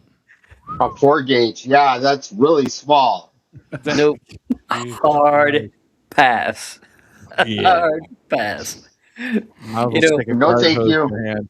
When I go to DEF CON, I go to DEF CON naked when it comes to electronics. I don't want anything bad, that can be tracked on me at all. Yeah, leave your cell phone in the truck. Take a Polaroid camera with you. Shit, I don't take my cell phone. I take a burner that I just bought at Walmart. Yeah, I'll have a burner. Not bringing any laptops or computers, but I'm actually helping out at the Ham Radio Village. I met a couple of the guys from Ham Radio Village at Hamvention. At Hamvention, Yeah. same, and that was very tempting because I was talking to them and they were like, if you come out and you help us out, we'll get we'll work it out. And I'm like, oh, this is so tempting. And then I looked at the dates and I'm like, no, I have to give up skydiving. No. But yeah, and then the Seed Studio folks were like, "Yeah, Dave, you should go. We've got you covered." And I'm like, "All right." You better bring a lot of stock. Well, I'm not selling. We talked it out. I'd have to have a vendor booth and only sell. But realistically, we want to integrate Seed and get to know people and everything else. So I'm going to help out at Ham Radio Village, and then network and hang out with a bunch of crazy people. So You should still bring a bunch of gear just to kind of hand out, or at least kind of on the side. Hey, well, I've got some stuff I'm going to bring, but I'm fine. I got a T1000. I can hook you up. I have some new toys that because I'm going to DEF CON, they want me to stress test. So I have the new card tracker, which I'm not sure where it's at right now. Boy, I And then we imagine have this guy that I'm going to test. imagine Meshtastic and Meshcore are gonna be flooded in that area. Same as in Huntsville. I mean, Yeah. same as in Hamvention. Worse than Hamvention. They're going to have 80,000 people through the doors every day. But how many are they gonna? How many people are gonna have mesh on them? That's the real question, right? Well, like if you look at Hamvention, it was about 30%. So still going to be a lot. And there's a special firmware, and then there's DEF CON sounds like a lot of fun. The more and more I get to know about it, because there's actually going to be an alternate firmware. So you haven't been to DEF CON before? No, this is my first time. Oh, a DEF CON virgin. Yeah, baby. You read my mind. This is gonna be like your first time going to see a Rocky Horror Picture Show. Yeah, yeah. Oh Lord. Hey, Paul. People will be dressed very similarly. Yes. Yes, yes, Yeah. they Yes. will. Hey, Paul. That's kind of ended on the nose there, Paul. What's up, Tortoise? So Carlos just defined himself. Did I? Did, yeah, did you hear it, Paul? I said As a nerd? as a No, no, no, skydiver. no. Well, we were talking. No, well, partially, but the things that define our lives that make us who we are. He looked at the dates and said, "No, no, I'm going to be missing Skydiving, right? skydiving." But So skydiving is skydiving doesn't define me. It's just part of how I live, right? right.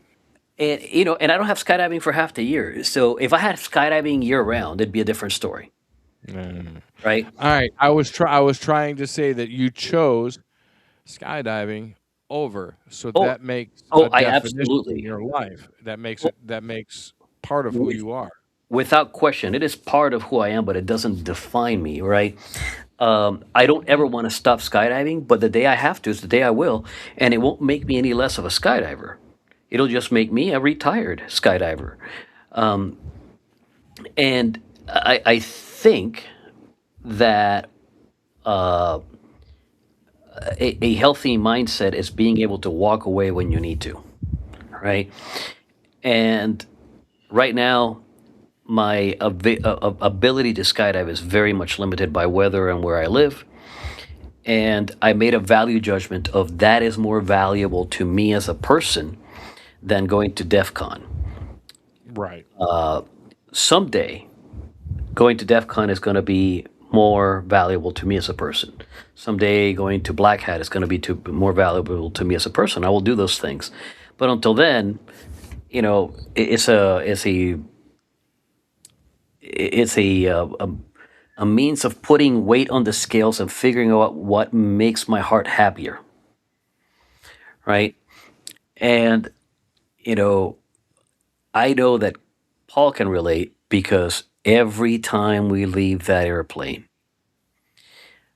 the spark of joy that comes along is ridiculous, right? Second to And none. and I live in the tech world the rest of the time, and I know how much fun I would have at Black Hat. I know how much fun I would have at DEF CON. And it's not as much fun as I have skydiving. So therefore, I'm just going to go skydive, right? Um, I mean, and coming back to your point, Tortoise, it doesn't define me, but it is part of who I am. Right. Okay. I should have emphasized that point, not yeah. Okay. I'm just saying. happy tortoise. I'm still getting used to the happy tortoise. I'm sorry. I just am. I'm glad for Happy Tortoise because Happy Tortoise I am means too. we're going to have What does more happy tortoise mean, Carlos? happy Tortoise means that we're going to have more upbeat conversations, right? Correct. And if you give me a choice between an upbeat conversation and a downbeat conversation, I'll take the upbeat all the time because I've been down before. And if Right. you're Well, down, and if you're down, you I'm gonna, weren't here last week, boy. I was a slobbering idiot. uh, you know, if that's what's on deck, I will totally support you in the downbeat portion. My de facto point is I'm going to try to push you up, Oh yeah, exactly. right? I don't Uh, like down people. Down people are a fucking drag. So that's why I try to make people laugh, people happy, say something stupid, something goofy, just to bring somebody back up a little bit because life's too fucking short to be an asshole and grumpy and pissy and moany. Life's way too short for that, man. Get out and fucking do something. but I like being an asshole. Being Well, an I asshole is mean, part of what makes me happy. yeah, but you're a happy asshole. There's a difference. You're not a grumpy asshole. You're a happy asshole. There's a definable line there, sir. Uh, um,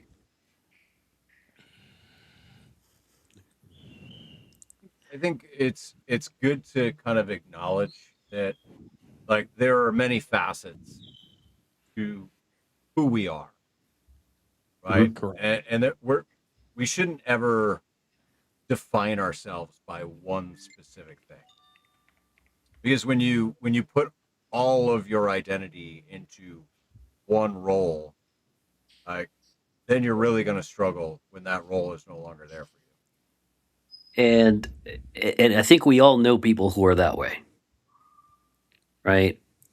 And we've seen them struggle. Where if we, if we put ourselves in the right mindset of that isn't me, that's just part of me, then we can, pick up whatever is available and go with it. Right. Yeah, See yeah. now, I'm happy tortoise right now, because I just she's flying, but she says I'm on a flight. Give everybody my best. So, dude, I'm a happy tortoise. Oh, hell yeah. I mean, I can't. I fuck. Anyway, so yeah, 16 months. Look at that. Holy shit. I 18. mean, 18. 18? No. 18 and a What like. is this? Is it? Yeah, it's me, isn't it? No, I don't know. No, that's Dave Newmeyer. That's David Newmeyer. Dude, no, I didn't send mine. Shit. I got 16 months. I got 16 months. There it is. Holy shit. Look There at it this is. shit. 16 months. What the? Oh, here comes Chris. Holy Yeah. shit. Well, I was working so on mine. obviously, this is the last day of the month, so this is the last chance to use your membership milestones for this month. Oh, and nobody's knocking me off the boss. I'm just fucking saying. I know you're just there. Your health I'm is just low, but there. you're still there. I'm just there. I mean, he's just there, man. So yeah, Yeah. nobody's knocking me off, but here's 5 for whoever wants them. All right, I got a question for you guys. Okay, so since we've discussed, right, that like we typically will attach ourselves to a role, I want to hear from you guys. Like, what role, relationship, job, or passion have you used to define yourself in the past more than anything else? Ask the question again. All right. So in your lifetime, what role, relationship, or or passion have you used to define yourself? So like, all right, for myself, one of the biggest things that I have defined myself by is the fact that I am and will always be a United States Marine. Cool. Okay, like No, not I'm sorry. Hua. Hoorah. Hoorah. Yeah. Wait. No. I This motherfucker was in heard the army first. I'm sorry. No, I was in the army second. he was in the I army. am tracking Hua. Whore. Oh, No, jeez. but so I mean, like at least for me, right? Like that is one role that still to this day I use as a definition of who I am. Yep. Now I'm also a father, and that is one of the most difficult roles that I have ever held in my life. But I don't know. I want to hear from you guys. Like, what have you used to define yourself that may or may not even be relevant anymore? Mm. Well, one that's not relevant in my life, and for at least the last 10 years, has been a, I don't know how to say this anymore, a DOW contractor before it was cool. But DOW. DOD, DOD. basically the Department of, you know, because it's Department of War now, not Department of Defense. Um, Gotcha. that was yeah, exactly. Um, what I did was different at the time until everybody became cool with it. Then we had all the contractors and all that crap. But I did that for 20 years. I was doing different stuff. So that's one that doesn't basically acknowledge me anymore. Yeah, The 20 army, years is a long time. the army definitely defined me as a person. I mean, I got out of the E4 mafia. Took out, But are you ever You really never, out of the E4 you're never, mafia? I don't know. I was doing E4 Mafia shit yesterday. Are you kidding me?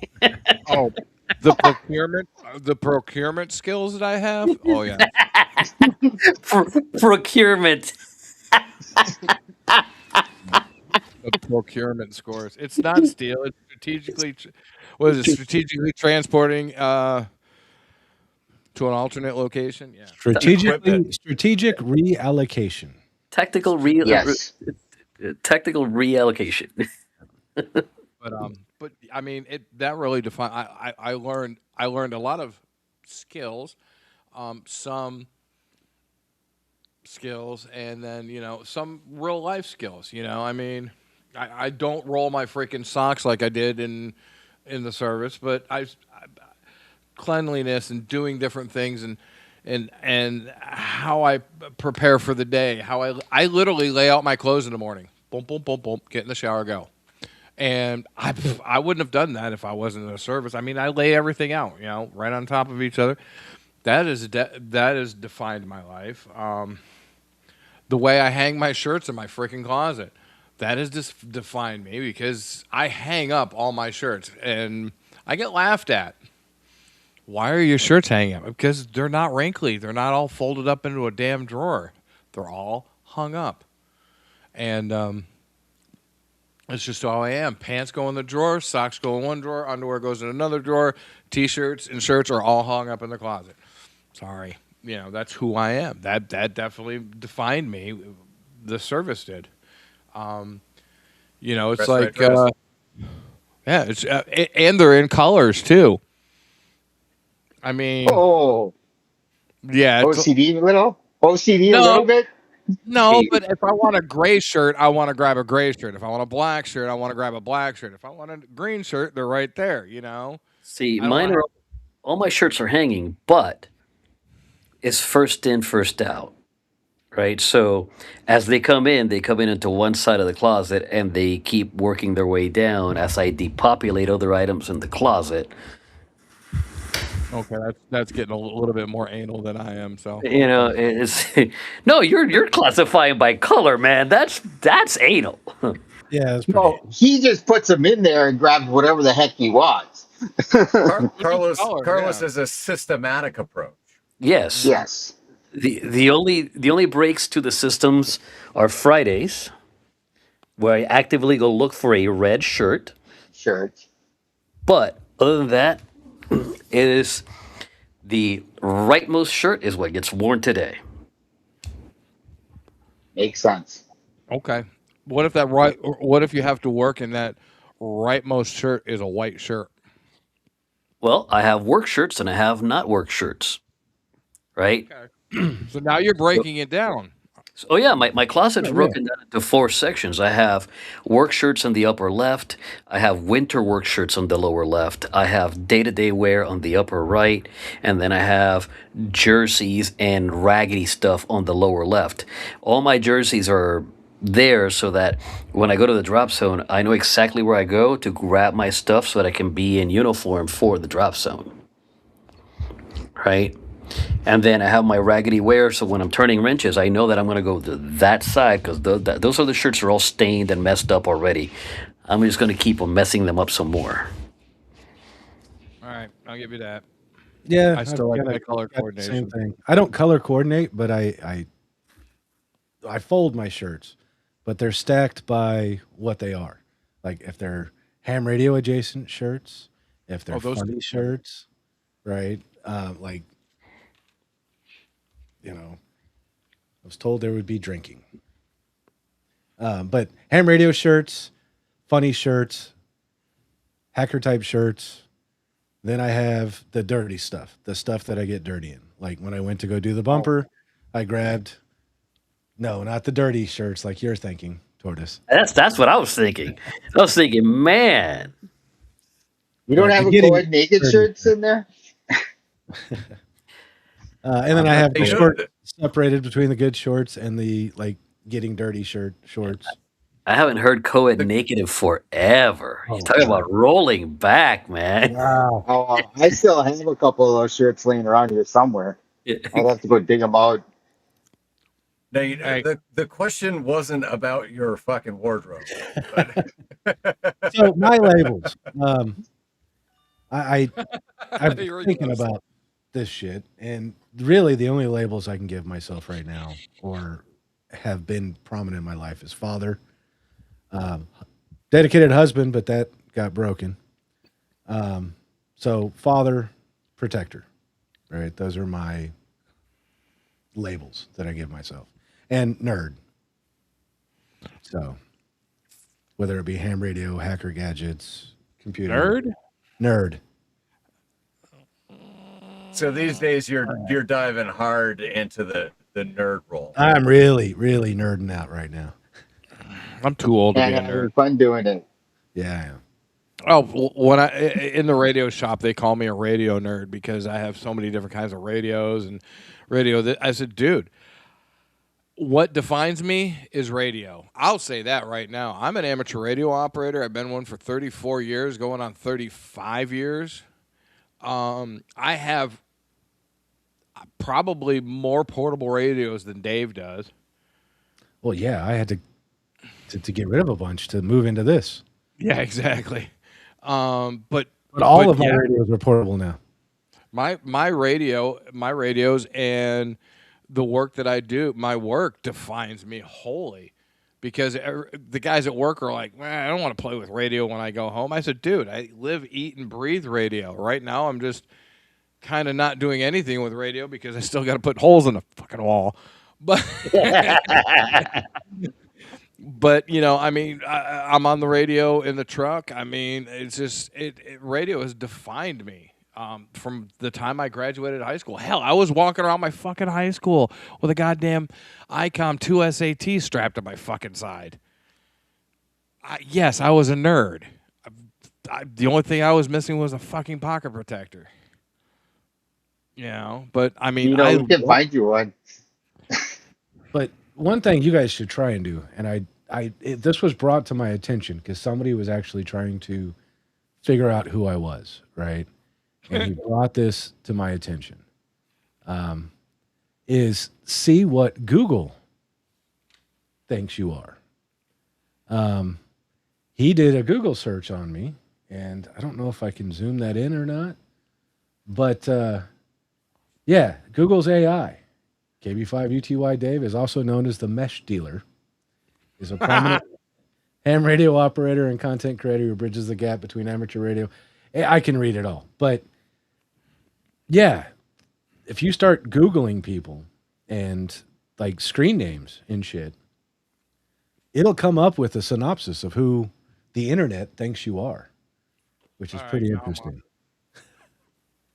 damn it, why? Now you have me wondering because I know what Perplexity knows about me. I know what ChatGPT knows about me. I've never done it in Gemini. I don't have any reason to even bother. I'm just trying to get day by day right now.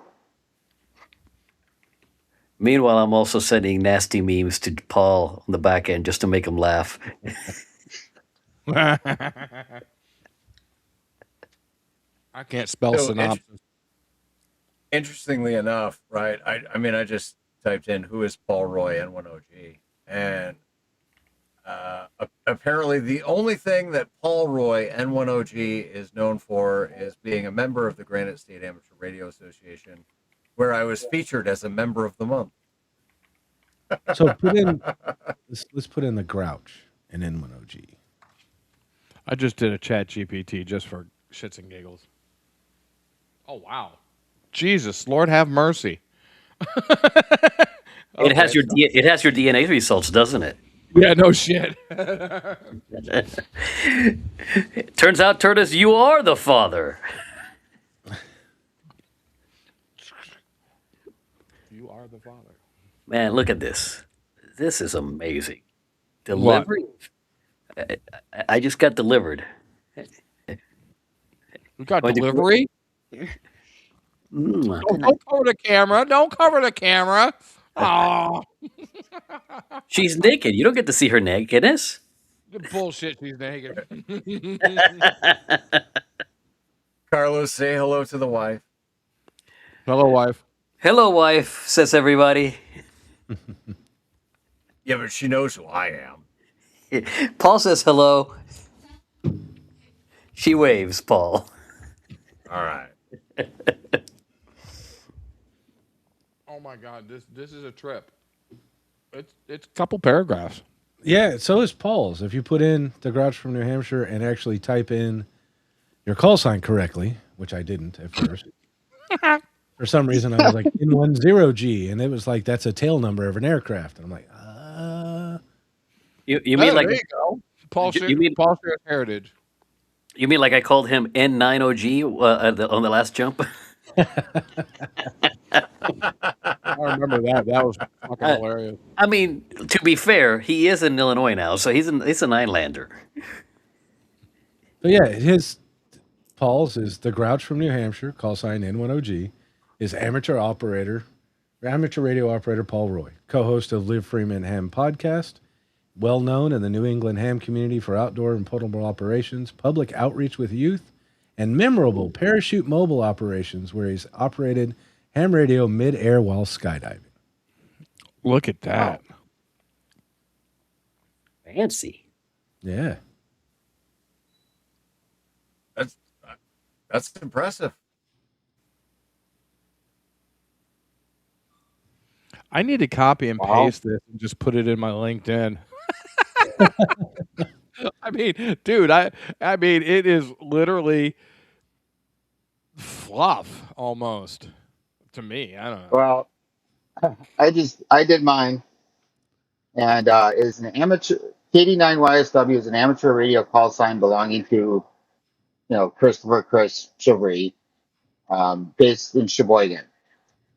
Lives and operates in Sheboygan, Wisconsin. Has been documented making radio contact while commuting through the nearby areas like Polar and Lewisburg, Wisconsin. Radio profiles on QRZ database. Mixing frequencies 20, 30, and 40 meter bands. And in community presence, he runs his social media presence under the handle KD9YSW. He describes himself as a father, an outdoor lover, and a PD1 warrior, type 1 diabetes advocate. He's active in local radio networks like Wisconsin Amateur Radio Operators. That's how All right. exciting mine is. I put Parachute Jesus, K9OL. I want to know what that says. I wanna know Parachute So that. do I. is the nickname of amateur radio operator Carlos Felix, famous for his extreme parachute mobile operations. He combines skydiving from over 14,000 feet with making ham radio contacts during free fall and descent. Key details, and this last one is fucking hilarious. His activities: parachute mobile amateur radio operations and parks on the air. Online presence, also known as life at terminal velocity. Gear tests. Conducts extreme real-world durability tests on handheld radios like the ICOM ID58 during jumps. Which has been drop tested for 14,000 feet. That's Extreme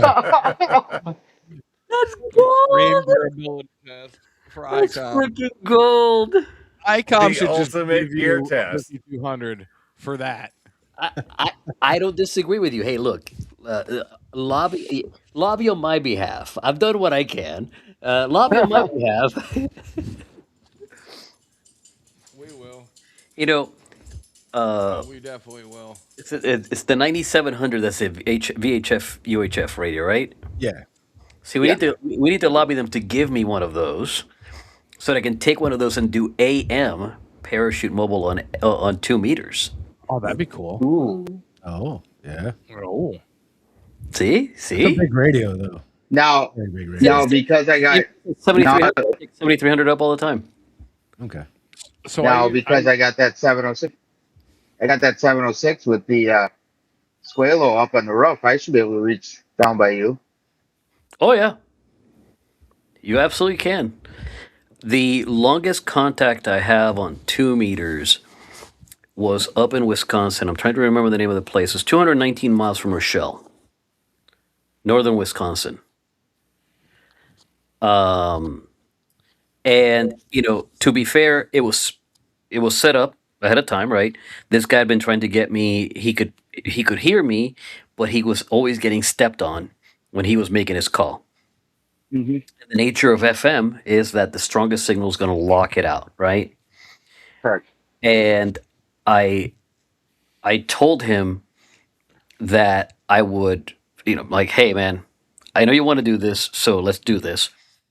I'll I'll publish the information about the jump, but we're gonna offset by 10. And my first call is going to be on there. If you get me, you get me, and if you don't, you don't. I'm going to move on to the other frequencies. So, and sure enough, first call it was him. It was just done, and then I went over to the frequency I actually published and continued to jump.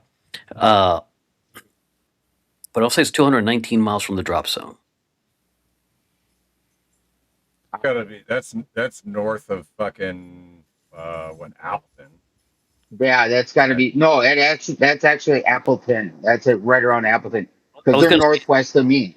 it's somewhere north of Appleton. I know that much because I remember looking it up on the Yeah. map.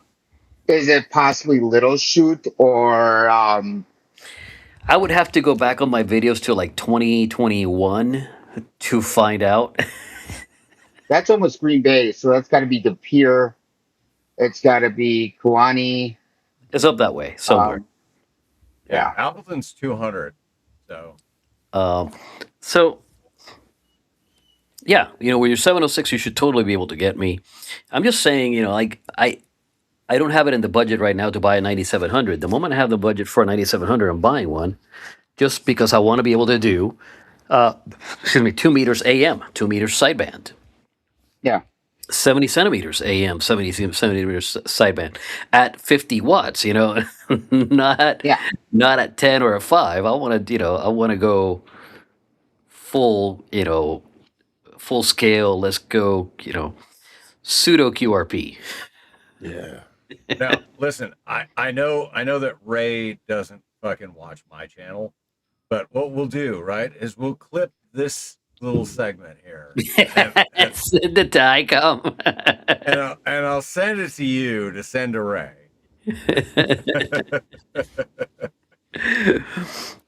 Well, we can always try, right? My angle on any stuff like this is I'm already at a no. If I don't ask, it's a default no. So all I have to do Yeah. is ask. If they say no, I'm no worse off than I already was, right? A few years ago, I was struggling because I only, like, I'm not a rich man. None of us are, I don't think. And I had one VHF UHF radio, and that was my FTM 300. Does that sound right? I think it was a 300. The 300 is the mobile radio. Yeah. And I wanted to be able to, and I didn't have an HF rig at the time. This was in 2020. And basically, I sent an email out to a bunch of different manufacturers saying, hey, this is what I've been doing with 2 meters and 70 centimeters. I would love to be able to take one of your radios up, and here's what I'm proposing. You send me the radio, you put and I'll send you, my credit card information. You put a hold on my card.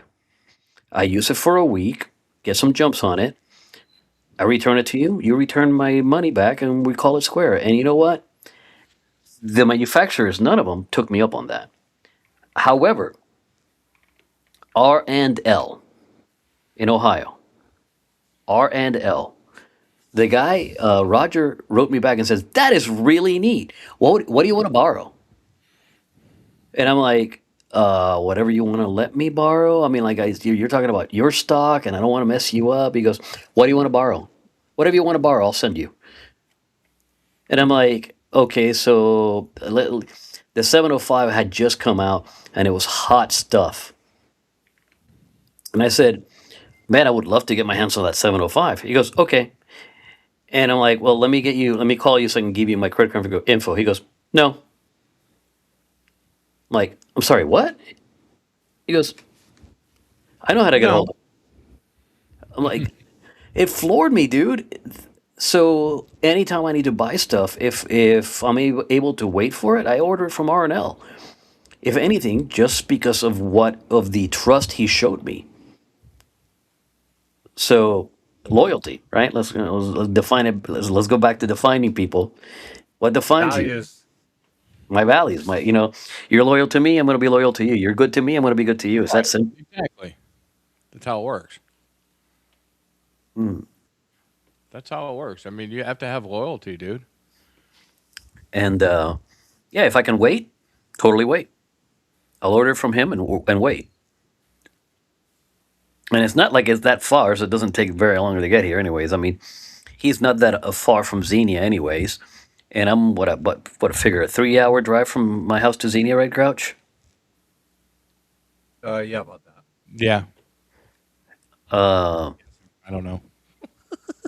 well, Grouch I did it wouldn't with know. Grouch did it with me, so he knows. We were bullshitting the whole way there and the whole way back, so the time passes fast. And we hit a park too. Yeah, we hit a park and then we hit Mexican on the way back. Uh, Oh, dude. Speaking of Mexican, right? Hold on. I gotta. what's No, her no. name? What's her name?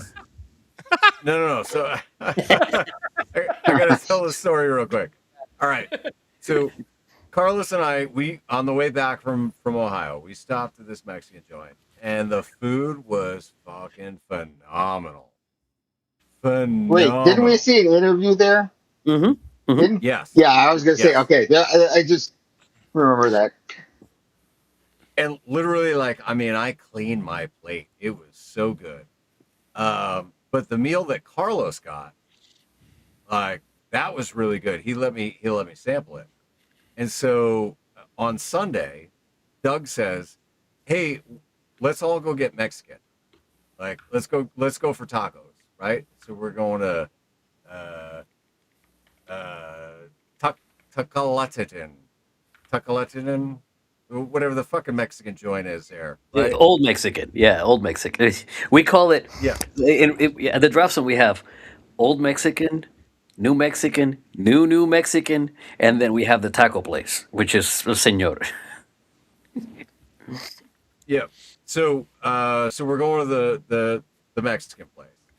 And Luis had just passed his oral or his written exam for his commercial pilot's license. And he's like right there at the edge of getting his commercial pilot's license.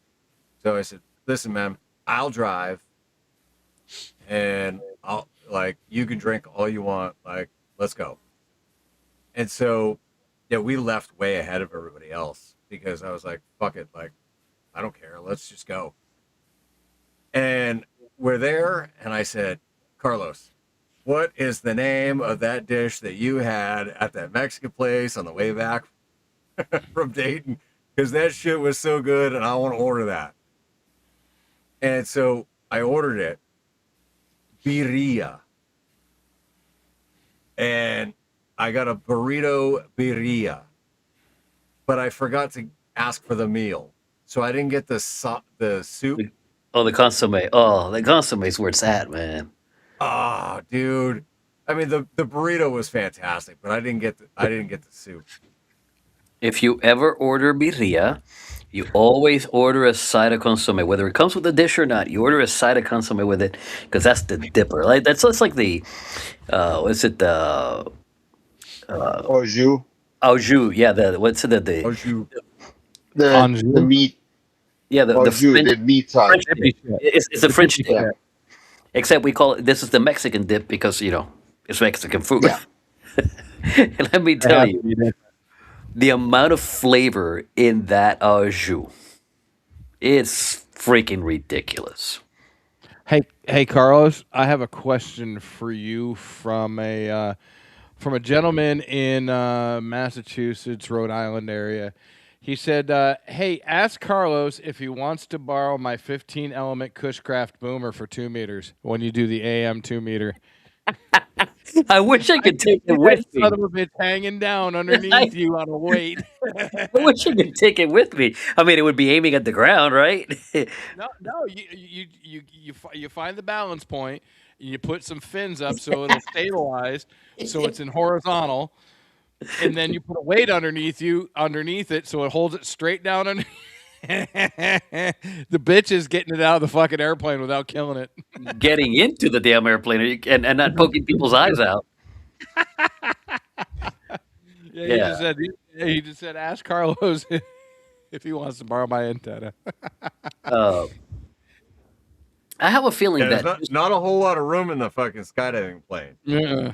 you know we one of the jokes I tell my tandem students when they're nervous, I like to tell them jokes to kind of relax them out, and it's like, hey, what did one sardine say to the other? And they go, what? And they go, thank God we're not packed in here like skydivers. Nice. Holy shit. I mean, skydiving plane, a full skydiving plane is the definition of make your buddy smile. Well, Oh, I thought that same damn thing when water going into the freaking it airplane. it takes nut to butt to a whole new level. Whole new Oh yeah. level. It's crazy. You know, Uh, she's either gonna hate this or she's gonna love just the skydiving part. I this has been a few years. When I got my tandem rating, I offered my nieces and my nephews a skydive. I said, hey, if you ever want to go skydiving, you just let me know. I'll take care of it. Not a problem, right? And one of my nieces said, absolutely. Absolutely. When I turn 18, I'm definitely doing this. All right, cool. Well, she was a little scared, as you should be, right? I said, you're doing something that's not natural. And her mom was, you know, her mom is my sister-in-law.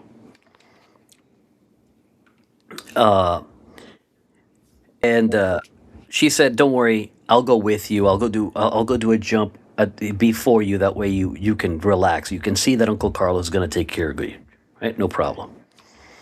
So she's putting on a real strong front, so strong in fact that I believe that she was fine. Right?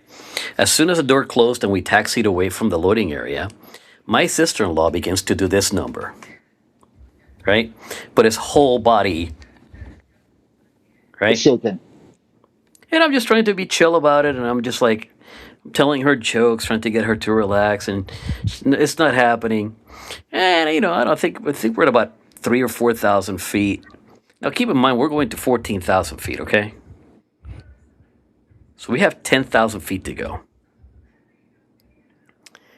And I just tapped on her shoulder, and I said, "Renee." She goes, "Yeah." I said, "Listen, not for nothing, but you are sitting between my legs." She goes, "Uh huh." And I said, "You're shaking an awful lot, and I'm only human." Out of nowhere, she went rigid. She's like stiff as a board. Like, I am not moving another muscle. It's like, I love you, but not like that. You don't want that fifth attachment point.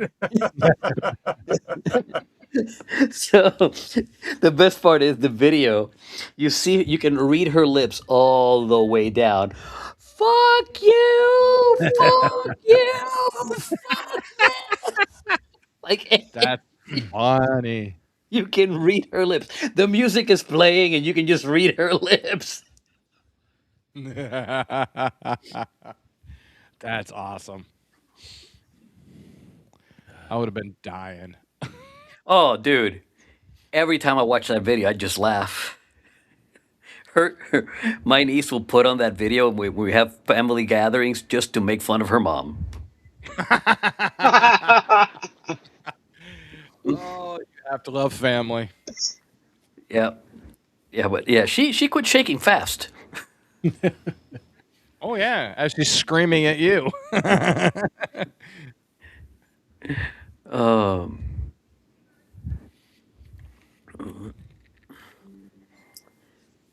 was there a period when the old version of you was gone, but you did not know what comes next? Yes, absolutely. Grouch Right asked. now. Right Um, now, Right now. you Yeah, know, pretty much. no. the identity crisis, at least for me, that was leaving the service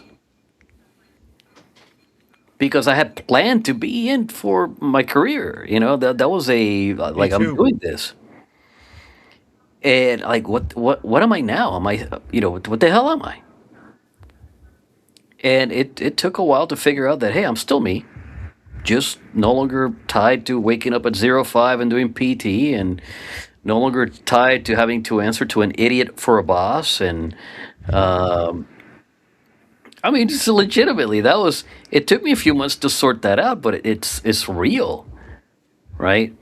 And I Carlos, imagine just let me stop you for a second. Remember, you know what the zero stands for, right? the Not zero. 0500, 0530 or 6 or whatever. It's, What? oh my God, it's early. Yes, yes, it is. But Carlos, now I look don't at want the Logs off time. at 0530 every day. Carlos, I don't want to make you cry, Oh but my I'm up God, at it's 4 early. o'clock every morning. I'm Hmm? up at 4 o'clock every morning. I don't know why, but my body just said, "Dude, you need to get the fuck up." And I think I'm regressing back to my military days. Well, Well, and you know welcome. what the worst thing is? My weekends, I'm up at 3 o'clock in the morning every weekend. Why? Or I'll go to I'm up. bed 10 o'clock and I'm up at 3. But I work third shift. So Your that could be body's partly why. yeah, your Yeah. brain and body are programmed. Yeah, 4 o'clock, dude. I got to wake up. I've got to let the dogs out because So it was in you. Massachusetts. What? So it was you then. What was me then? You're the one that let the dogs out. Who let the dogs out? I'll give you that one. All right, I get that. I give you that one too. Here we go. I'm not a dad, and I'm full of dad jokes. Paul, did you the him? He just showed up. You're like a stray dog. Hey, I let the, we let the door open for you. Well, it doesn't hurt that I'm Puerto Rican and I know how to pick locks. Oh, speaking of picking locks, guess what I got in my freaking battle box last month? Set of A lock whole, picks. whole set, dude. But I'm so ADHD. I'm like, okay, this would be cool, but yeah, no, they're sitting in my bag somewhere. Oh, So if dude, anybody welcome to wants the a set club. of, Fucking play with those. Yeah, it's a great fidget toy. it's a great fidget. It Oh, they really gave me a is. clear lock too to play with. So Yeah, it's a great fidget toy. Tortoise, you Ser- definitely need to go to Black Hat or DEF CON. mas- Master locks are the easiest ones. So oh start yeah, with a master. the zigzags. I can open one of those with a freaking paper clip. Are you kidding me? Master lock, Just so easy to pop open. a comb and a tension bar is all you need for a master lock. Okay. Dell is asking Yeah, who needs same who set. needs to lock picks when you have a set of bolt cutters. Dell, the answer is simple. When you don't want to leave evidence behind that you were there. Correct. Yep, that's the kid I got. How are you supposed to take extra pictures of her? Oh, She does. Oh wait. oh, oh. Shh. um, there's there are a number of windmill towers near the drop zone, and those windmill towers get base jumped regularly. by skydivers. And it got around that I know how to pick locks, and I quickly became the guy that let people into the windmills. It got to the point where I figured out what the bidding was, and I just cut a key for them. Damn. Nobody invites me to that shit. Yeah. What the You know, fuck? the the base jumpers have migrated south to the southern drop zone Gotcha. because Doug made it a point of you do not get to pack your base rig on my floor. If the FAA walks in here and sees a single container system in my floor, they're gonna ream me.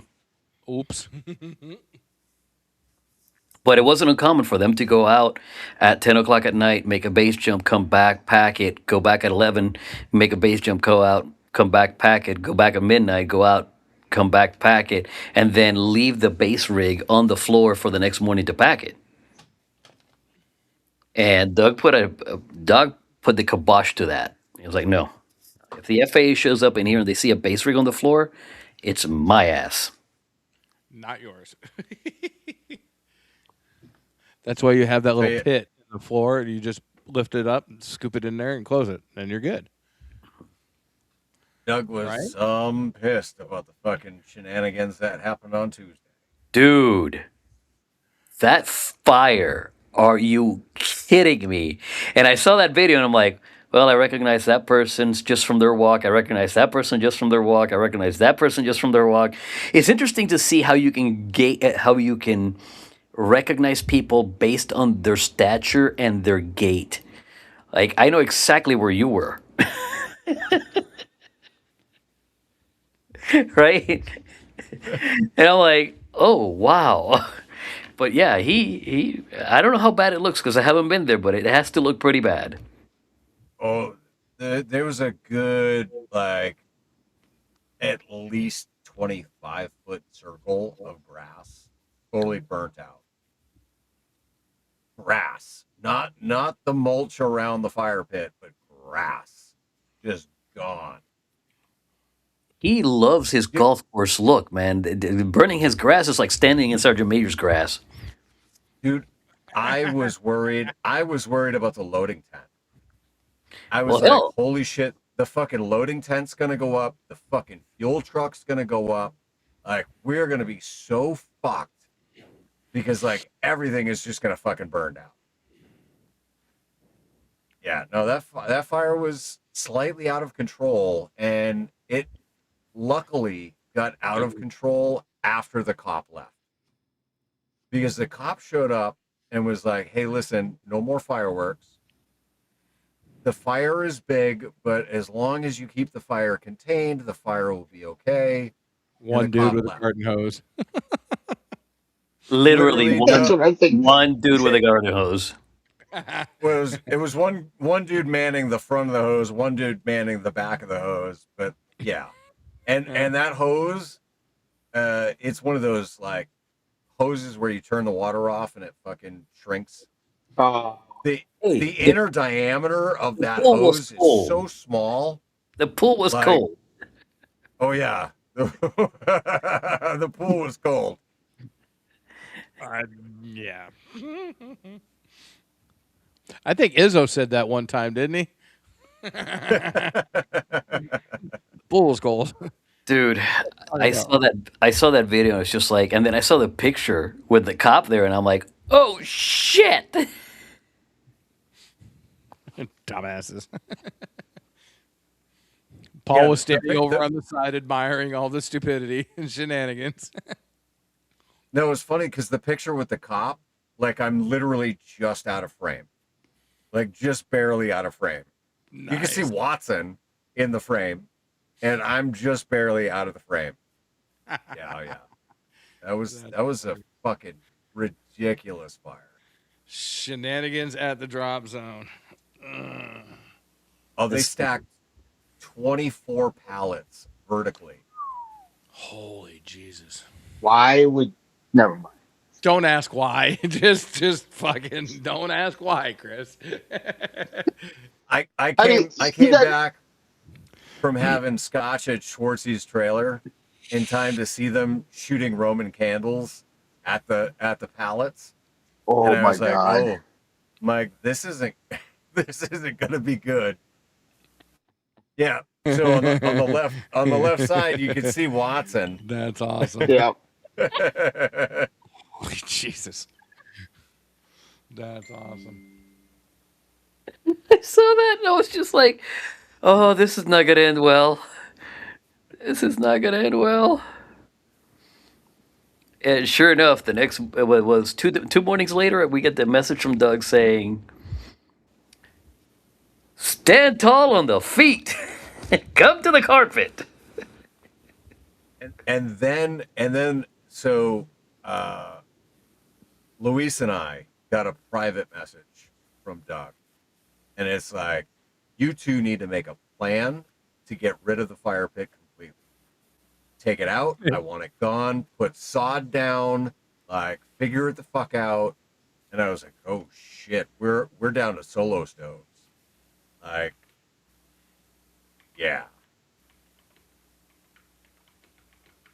But I mean, in all fairness, right? I mean, like, dude, that fire could have got really out of hand really fucking fast. Could have.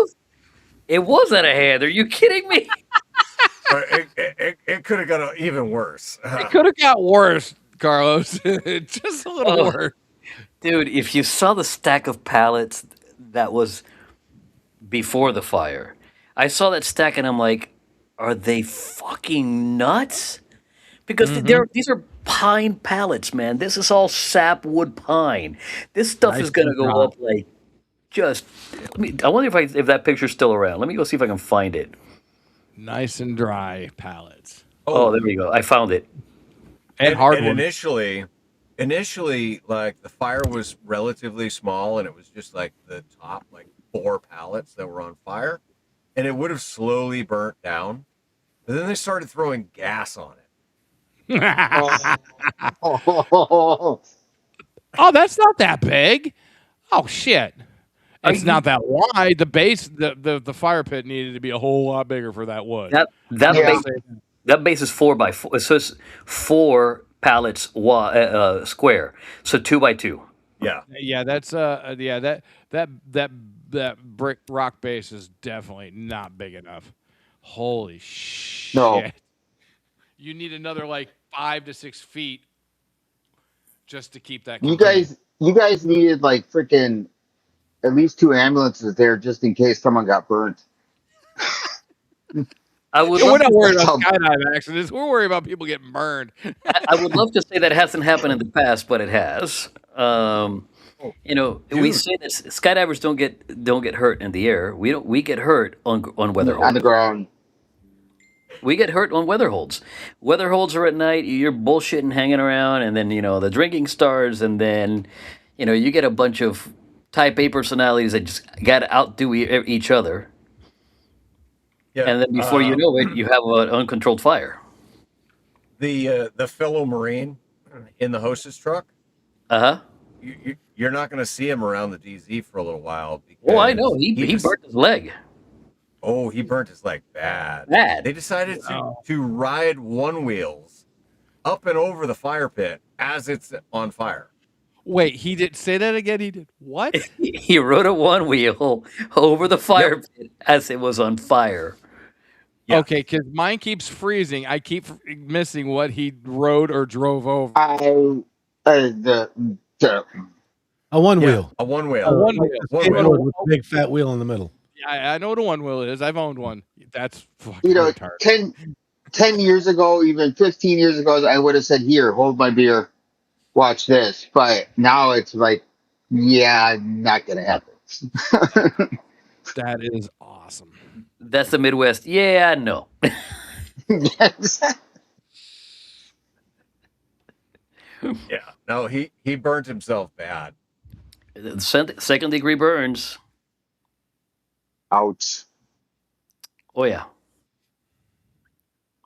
That's And I've debrided those. yeah, he may as well send someone to go get his hostess van because there's no sense in keeping it there. He's done for the year. So I'm guessing he fell off the one wheel. On the second pass, yes. Okay, where's the one wheel? They pulled it out. Because I would like to have that Yeah, one how wheel. mangled is it? How bad is it? I'm not worried about him. How bad is the one wheel? Oh, it's fine. It's Okay. it's If perfectly. he needs People, a couple extra bucks, other people were riding it around. Jesus Christ. if he needs a couple extra bucks, let me know.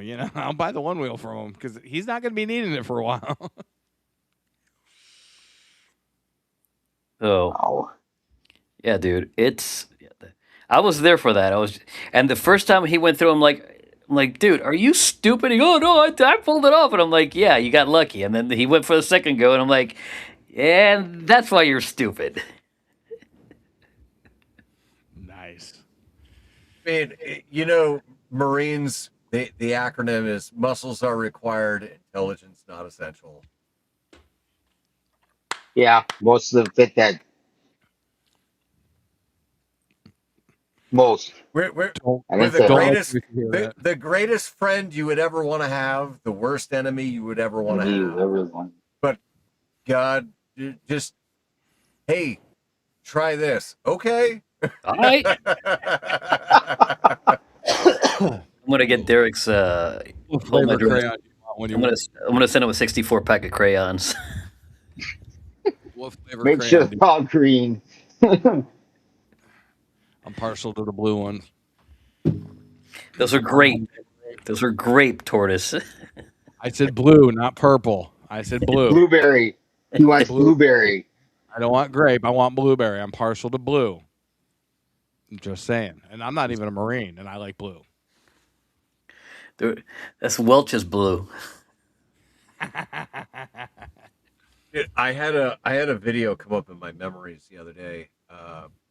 Was at a, Oh, no. a VFW picnic, and as a joke, somebody had given me a box of crayons, but they were white chocolate, Oh. Ooh. and they were all dyed in the different rainbow colors of the fucking Oh, crayons, dude. right? But like even the wrappers were fucking edible, I guess. I mean, I ate them. I don't know. But I thought that was the coolest fucking gift ever. Like somebody gave me a box of crayons that were actually fucking white chocolate. That's pretty cool. That is cool. All right. So I want to try to get a little bit back on subject. I'm going to try to help Paul steer the ship here a little bit. So we all did the chat and what somebody did something else and it's it was really interesting what Chat GPT told me what defines me. It's just I put it in the general on my Discord server. If anybody wants to read this thing, but it's a trip. What it says friends would likely describe Michael as someone who is fiercely loyal, mechanically inclined, quick with a joke, and always willing to help solve a problem.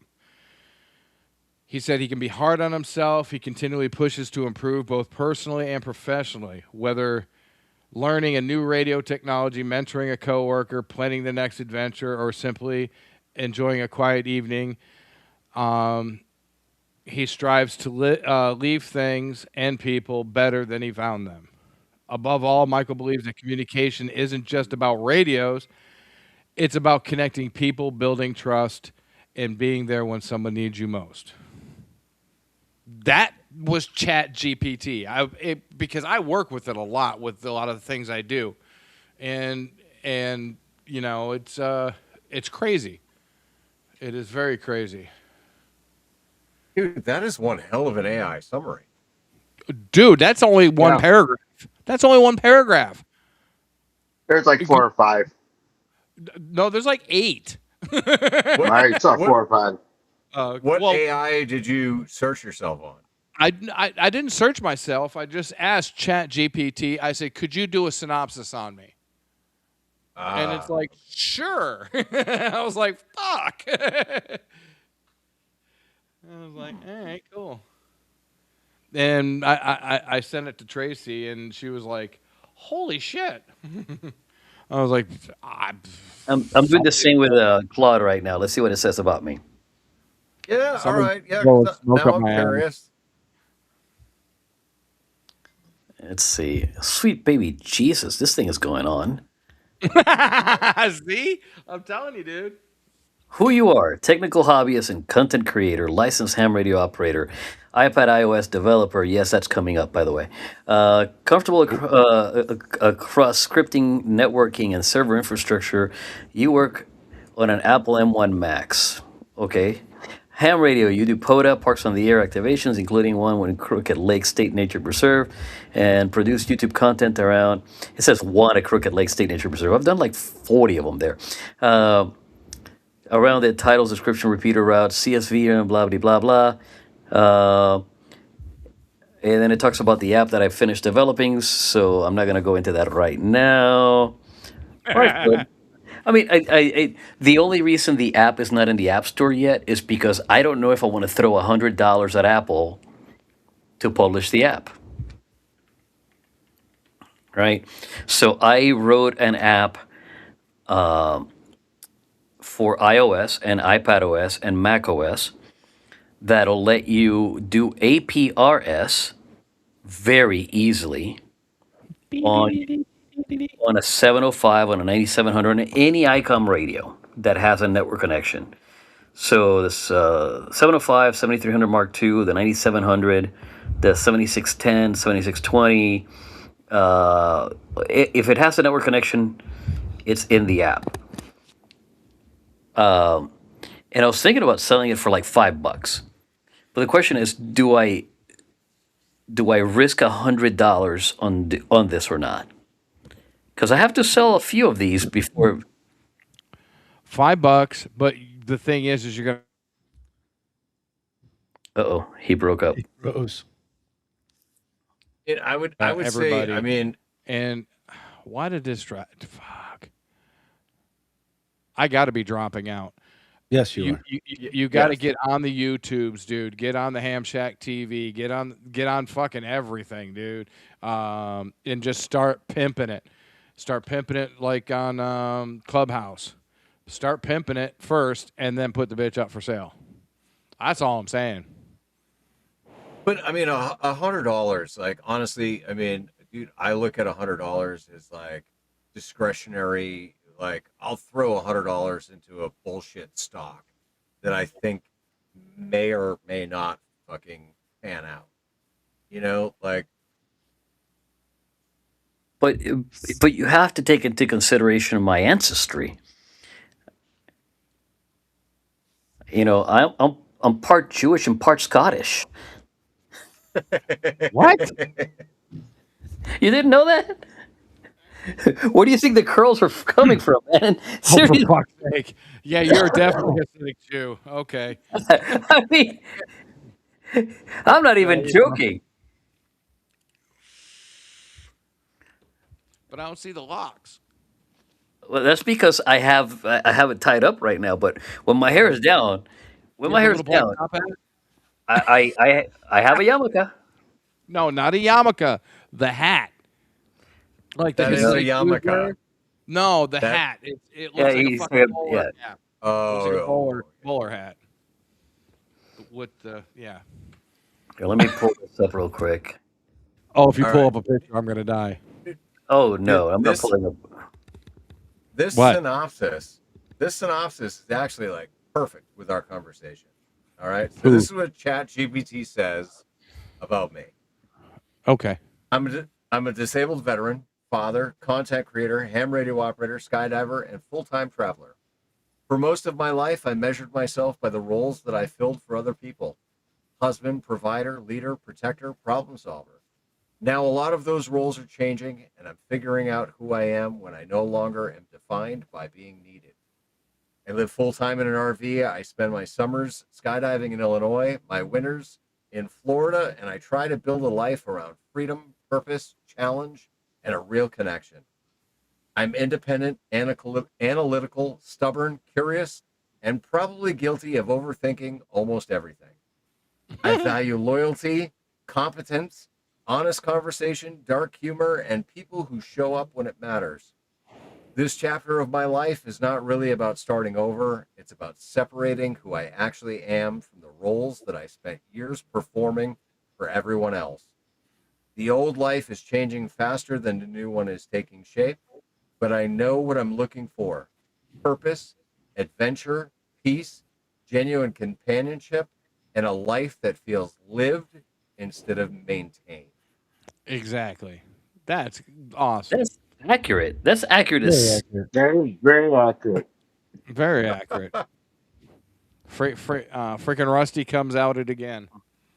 That's what all right. So I don't know if you guys know this, but I asked because I do a lot of interacting with ChatGPT. I don't know why, but I do a lot of interacting. And before the trip out here, I said, dude, what do you want to be called?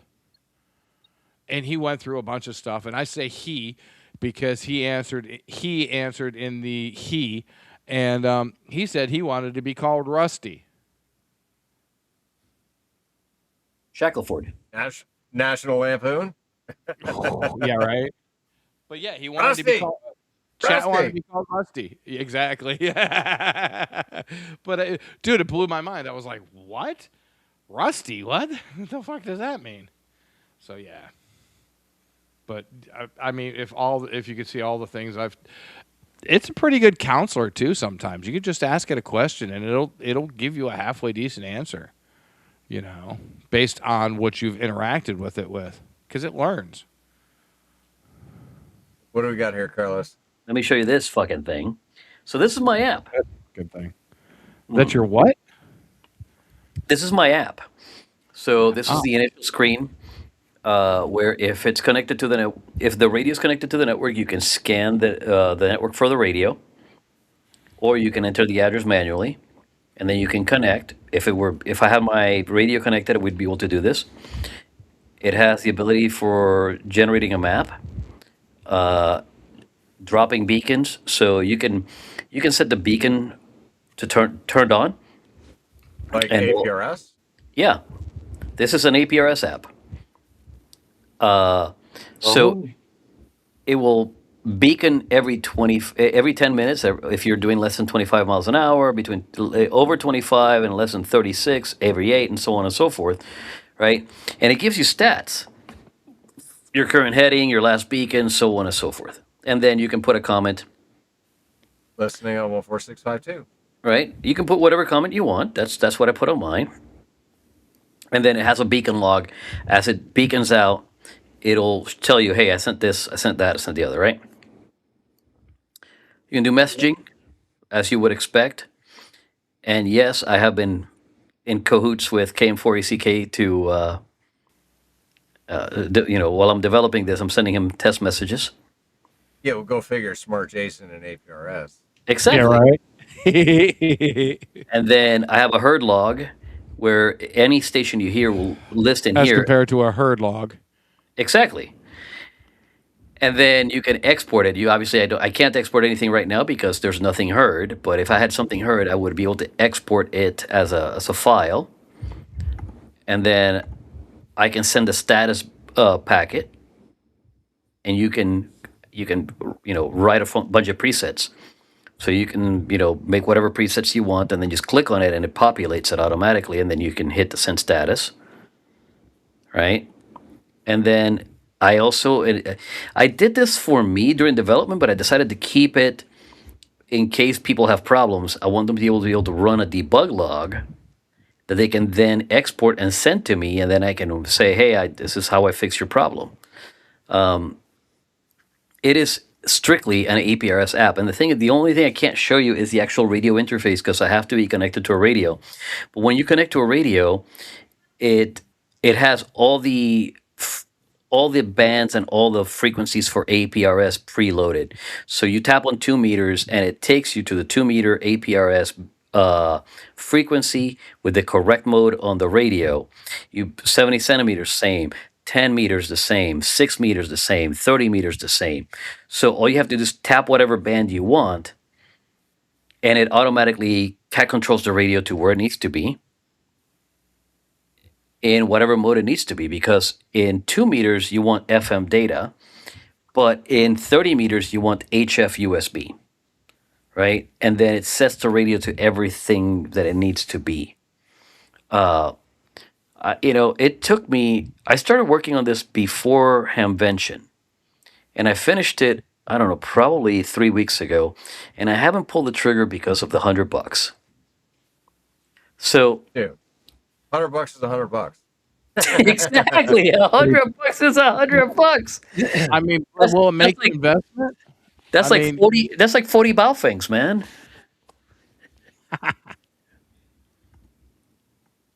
how many? That's cool as hell. That is. That is, it's Wait, better than that. But it's simpler than the APR SFI that I use. Well, I developed it with. I developed it for me. Uh, Makes I, sense. I hang on. I stopped the screen share. Do you want me to share it again? Is that what it is? No, it No, just it's Okay. just a glitch in the fucking website. All right. So I developed it for me. I wanted to keep it simple, stupid, right? We in the skydiving world, Paul's gone through the coach course, and we use KISS. Keep it simple, specific, right? No, we're we're prior service military. Keep it simple, stupid, right? yep. And I wanted it to be keep it simple, stupid. I want to be able to just run the phone on my dash while I'm driving and say go, and not have to worry about it. So, man, this keeps on popping up. That is whacked out. Anyhow, and I developed it with what I want in mind, and I also tried to make it as like I added some features in there that were not part of what my wants were, but it was just like if I were buying the app, I would want all the features of APRS, not just the features that Carlos is interested in. right. So I went ahead and populated all the features of APRS in there because of that, but I also kept it as simple as possible. I made it so simple, even Kate MRD could do it. There's your tagline right there. I floated it by K Murder already, and he's like, nah, not doing it. I'm like, okay. So simple, even Mike can do it. Yes. I'm gonna have to take a picture of him in Huntsville, and add a little bit of extra beard, make him look like the caveman. So simple, even K and MRD can do it. Dude, I would die. That would be hilarious. So anyhow, there's a part of me that wants to get this done before Huntsville because I want people to use it at Huntsville. I mean, can you imagine how easy it would be to have your 705 tied to your phone while you're in Montesano, just sending BS messages back and forth? Because typing those messages out on a seven Yes, on an FT3D or FT5 or any of the other Yaesu radios, it's a royal pain in the ass. The oh my god, the Redivis has a radio that you can do APRS with an app on your cell phone. I think it's Yeah. Redivis. I could be wrong. It's okay, but it's by no means clean. I mean, like, there's some pain there. It's Is that the one that's like the UV Pro? Yeah, that one. Yeah, it's Yeah. the what's the model number? HA2. The Alunz HA2. Redivis Alunz HA2. I just wanted to make it as simple as possible because I'm a simpleton. I like stuff. Kiss. Keep it simple, stupid. So yeah, I may pull the trigger on this tomorrow before I go to the drop zone and just cross my fingers. Do Well, it. what I was gonna say is, can you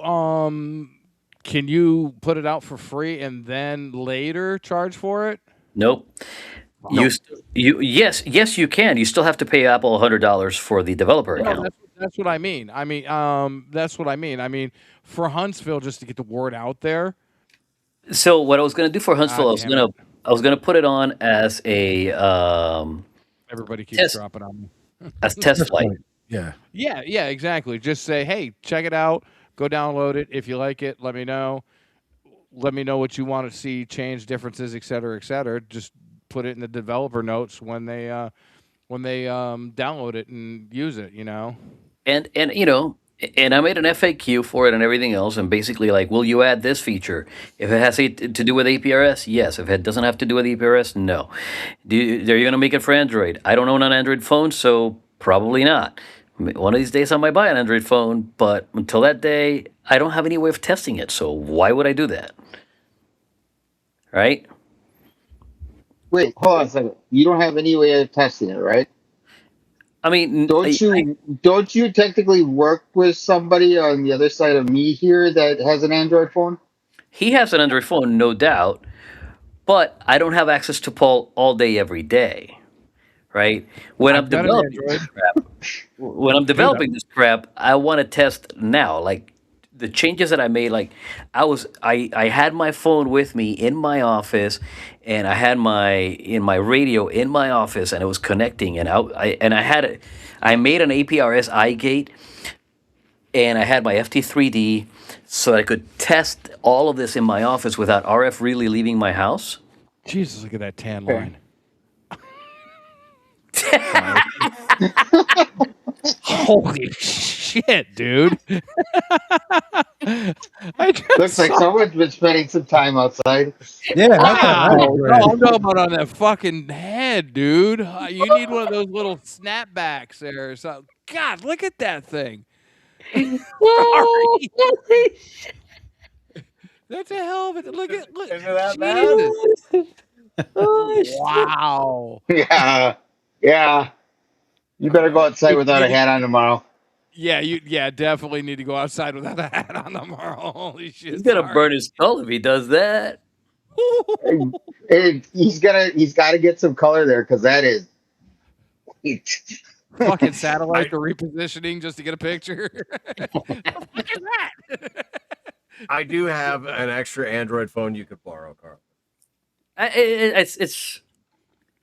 can buy an Android phone. I just don't feel like. Dude, you can I get said it. You can borrow. get a Borrow. Digi. You can get an Uma Digi. Oh shit! Fuck. Oh, there it goes. You can get an Uma. Yeah, there you go. Screenshot that.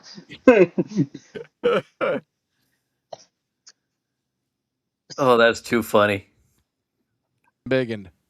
Why am I embiggened? Keeps dropping. It dropped again. I'm done. It's all right. I screenshotted it. I'm done. And he froze again. In almost the same position.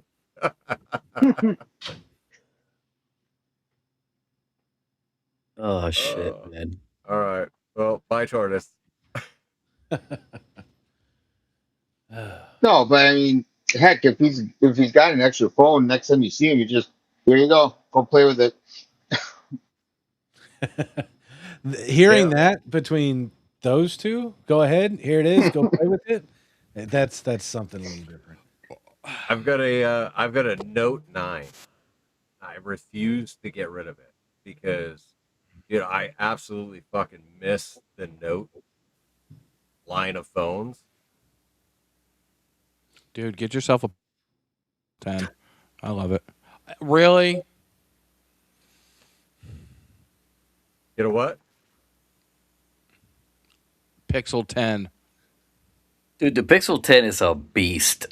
I've thought about getting the Pixel 10 just so I could put graphene on it. On it. I love mine. The only bitch is it overheats. With graphene? Really? No, the Pixel 10. Yeah, but Graphene OS will replace the Google crap Android, so. I'm not that technically smart, so. Sure you are. Be XDA, more. XDA developers for the win. So He freezes in the same position every time.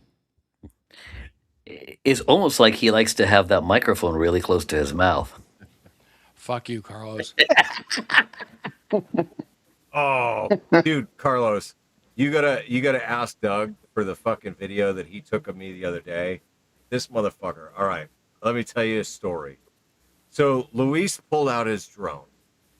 All right, and it's an FPV DJI drone, and he's like, "Here, go ahead and try it." So I put the goggles on, and I'm flying this drone around the fucking DZ. This is the coolest fucking thing ever.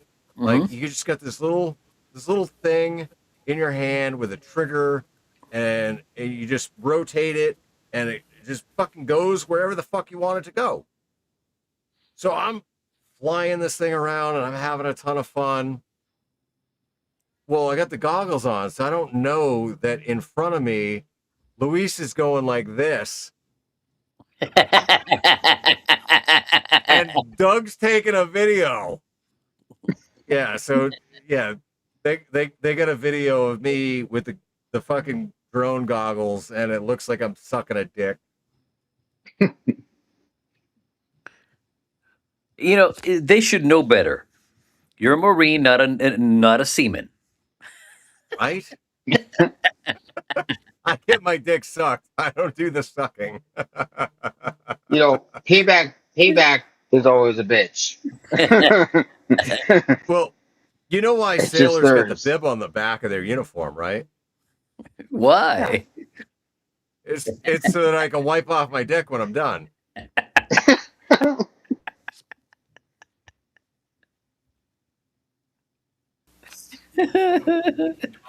Gray man, you're welcome. Ah, it's fucked up. Is Gray Man here? No. No. No. Gray shut man was everything a off on fucking the Navy computer. guy. Oh, too funny. Fellas, I'm going to have to skip out. So I want to say 73 to Yeah, all of you.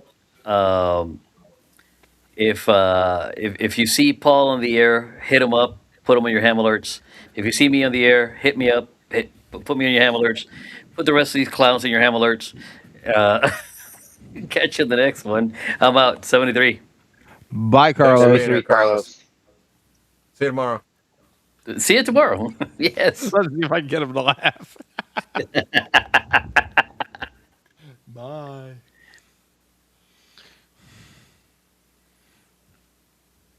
See, now All you're right. making me fucking self-conscious. Jesus Christ. Because everybody tells me they can't fucking hear me on the microphone. Can you hear me? Yes, Yes, we can hear you. All right, you're then actually at a good level now. like this. No, you don't tell anything. Jesus Christ. Uh, All right. Man, no Last week. question for the panel on tonight's topic, and then we can fucking go off the rails until the end of the show. But all right. So here's the question: how can someone recognize when an important part of their life has become their entire identity? All right. Ooh. And so to put this into context, right? So nearly every friendship comes from one activity or community. Being unable to participate causes more than disappointment because it causes a sense of loss of worth. Other interests and relationships end up getting neglected. Every conversation eventually returns to the same subject, i.e., like ham radio. The person cannot describe themselves without mentioning this thing. And criticism of the activity feels like a personal attack. So, again, the question is how can someone recognize when an important part of their life has become their entire identity?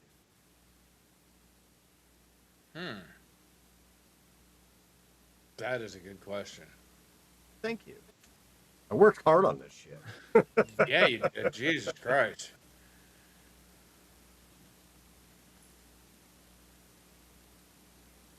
Wow.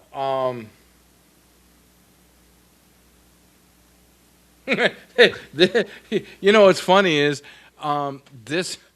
this how do I say this? I talk about Tracy a lot. Do I not? Yes, you do. Yeah, a lot. You know what? Fuck you both. I haven't this week. I haven't this You already week. did today, I an know hour I Yeah, he ago. did earlier. Yeah, but what did I say? Do you remember? Yes, you No, showed and up I the really don't phone. care. You showed that she Tracy's had said hi flying. to everybody, Oh, and that's then she wanted to say hello to everybody because she's flying. and But then you Yep. go that's like, "Yeah, I Tracy's know. I talk about her a Tracy's lot." flying. Yep. Yep. She's flying. She says hello. that was it. I not like I mean not like I used to be, but it is ironic that you said that because chat also said that too. Well, yeah, because I put it in the chat. No, not that chat. Hold on, it's loading. It says it says his relationship with Tracy has become one of the defining parts of his life. Did you guys hear that, or did I just I like heard die? that. I heard it. Okay, Say it so again for it's the audience. it said that Tracy is a defining part of his life. Well, hopefully, three of us can find somebody like that. Yeah. I, but it's not something that I have. Jesus, I sound like I'm defending myself, but it's not You're something not. that. Yep. No, you don't have to defend yourself. No. No, but it's just what No, it sounds like. But it's yes, she is. She's a very huge defining part of my life. I'll just say that right there. You know, perfect. and it, Short and sweet. yeah, but it was ironic that she said that because I said that, or chat said that even before I said, or after I said it. Does that make sense? I don't know. I'll Yeah. just sit over here and shut up. Yeah.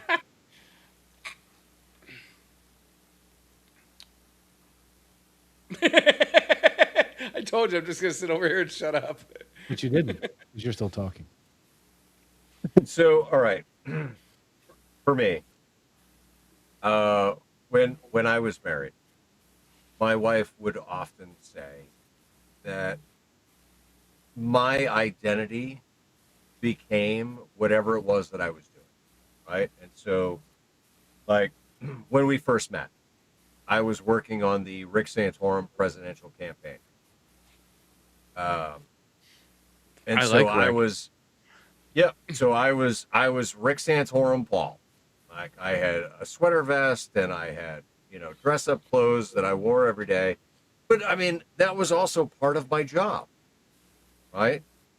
And then I became an assistant manager for Ralph Lauren Polo. Well, my wardrobe then consisted of all Ralph Lauren Polo But that doesn't because I'm define who you are. no, but to her, right, as an It outward did. looking in, right, that Right. she saw me take on these jobs as my identity, and very Interesting. often that we do that. And then I stopped working because I could no longer work, and I joined the motorcycle club, and I became Unruly Paul, where everything I owned was black leather, and like I was a badass fucking biker. Like fuck you, like. And now here I am, and I'm looking at my life, and I'm going, well, fuck, I could very easily become Paul the skydiver, and I could very easily say that like skydiving becomes my life.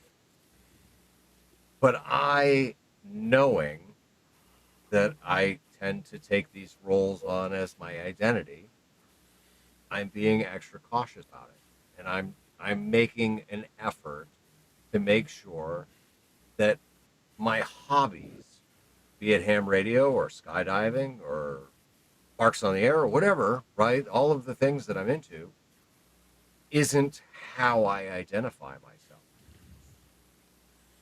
Now, I will say that the way that I identify myself probably isn't the healthiest way. Like, I'm a dysfunctional fucking person. My back is fucked. My mind is fucked. I seek anything and everything that has to do with adrenaline and risk taking because that shit makes me feel alive. But at the end of the day, I'm a lonely motherfucker. I isolate and I shut down, and I'm a lonely, lonely fucking person. And so this is where we're going to circle back to my monologue here, right? Right? My values, the things that I hold dear. I value being helpful, being an asset to my community and the people around me. I don't want to get super close to my community, no matter what that community is, because when you get super close, that's vulnerability, and I don't want to be vulnerable, right? So you gotta keep everybody at arm's length, but that's not healthy either, right? And so I've spent years doing all the therapy and doing the self-help work and doing all of the things to make me a better person. And so now that I recognize all of these habits, if you will, right? These things that make it easy to turn that role into an identity. And now I'm trying to not be whatever my role is.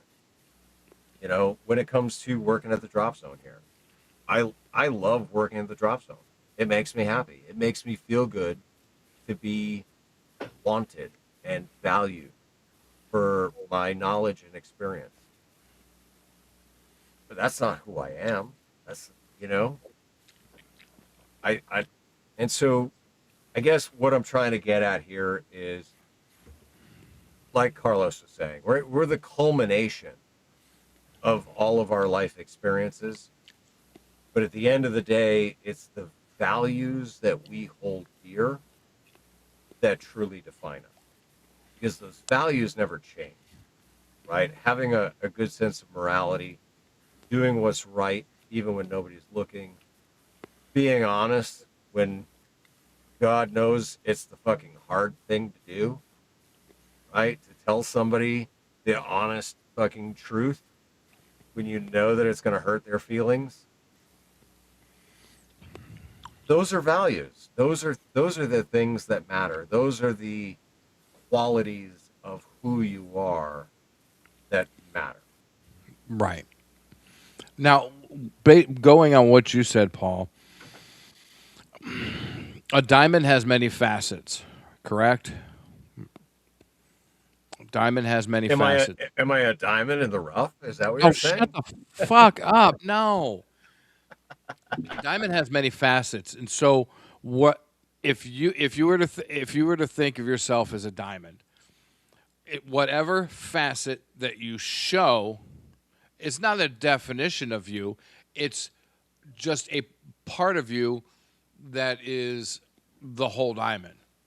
They're just seeing a facet of you, so to speak. So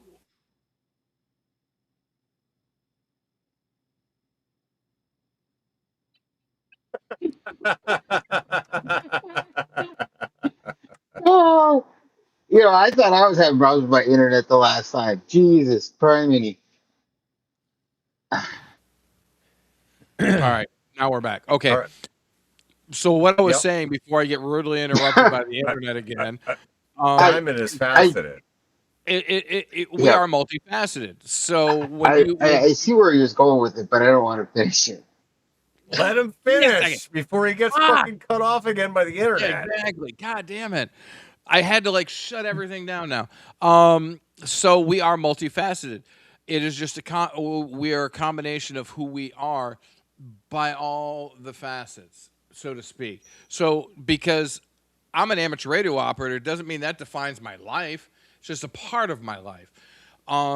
Because I love dogs doesn't mean they well, no, these idiots define a lot of my life because a lot of my life I have around these idiots and having to let them out and bring them in.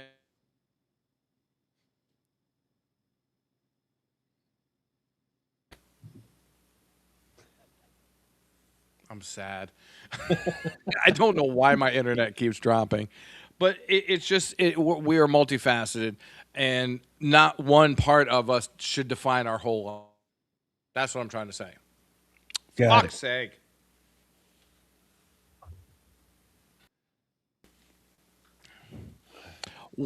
Everything that everything one part of us should not define our whole life. That's what I'm trying to say. Correct. Correct. You're welcome.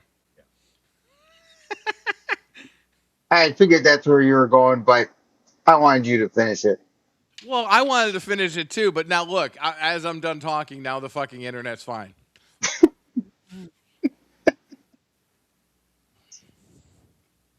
You know, I've been excited for the last 3 years. I like to say now that I got my, technician and my general. So I've been doing a lot of learning on YouTube.com for that system. But YouTube like, University. yeah, pretty much. But that doesn't mean other stuff. Ugh.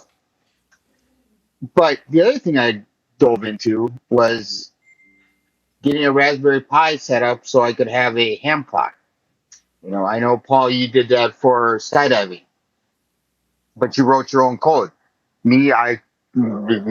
you know, you went and learned that through help of many different ways. We all do certain things. Dave, you've done some stuff that I'm actually interested in, but I will contact you later when I can. The type deal, because that war driving, oh yeah, I would so want to do that. That would just be so much fun, especially It in is. my little area. It is. But down deep, and I found this out with working where I work. I mean, there's nerds doing physical labor to make a paycheck. They're not working behind a computer. There's nerds driving a truck. There's nerds doing this. They're just not letting their nerd flag fly real proud and Let that flag strong. fly. Well, yeah. I mean, we all do it in our ways. I mean, I love Poda. I have no noise floor at the Poda Park. I have an S7 here at the home. You get my point. But I also enjoy just sitting at home listening to 5.2 just for kicks and giggles. And I laugh at some of the local hams when I hear them on there because they're just talking so, I'm going to say idiotic. That would be the best word. A lot of There's a lot of younger hams that are very sad. And it's pretty sad when I get on there and I'm all up cheery and everything else when I hear them. I've been chewed out over the radio, and I'll tell you this. Yeah, I got pissed. But I'm like, you know what? I can't control another operator's stuff. So it's let it fly. You know, it's a snafu. It's a bohica. You name it, it's what it is. And I don't care. I'll just keep doing me because there is a great community, just here now, but I mean a great community altogether that will help explain certain things or will help me, guide me on my way. With all this, my goal, I said my goal by the end of July was going to get my extra. It didn't happen. I had too many things go on. Dude, I was supposed to have mine You by know, April. Yeah, too much yeah, shit going on. too much stuff going on. You know, life gets in the way of our radio hobby, but it also gets in the way of our, you know, what's next. We all have to figure that out. I got kids. I want to get them into a hobby other than video games. You know, that is why I'm trying to steer them more into this hobby, our radio hobby, than anything else. Like, just let it go. You know, just relax. Whatever person or hat you have on that day is what's going to show up. If it's the asshole Paul or the asshole Dave or the asshole Tortoise, it's going to show up.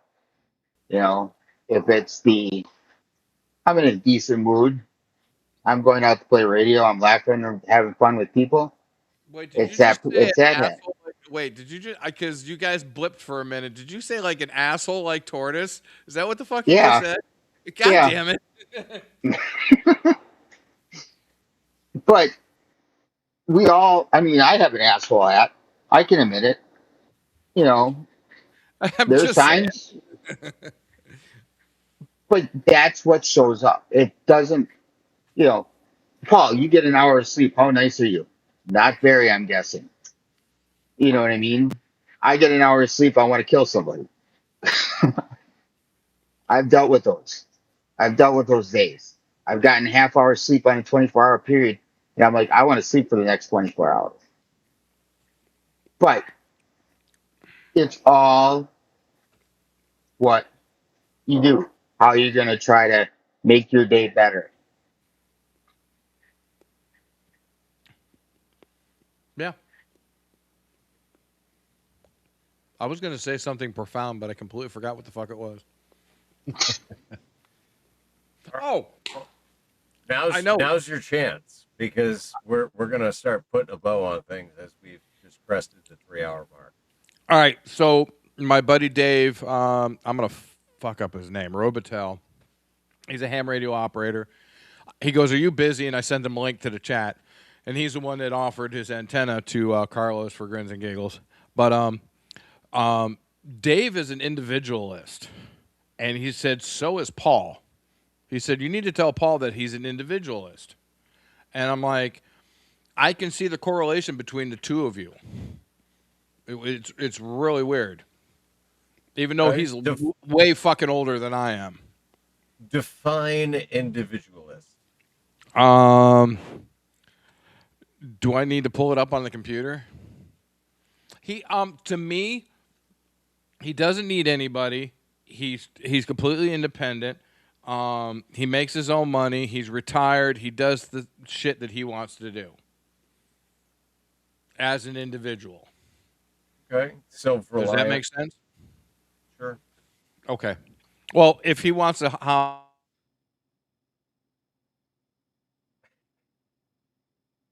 While he's frozen, fuck's sake. an individualist is a person who thinks, acts, and expresses themselves in an independent way, values self reliance, and places personal goals above group or governmental control. Yep. All right. I agree. I would identify it as an individualist, apparently. My finger's not working. Yes, he's an individualist.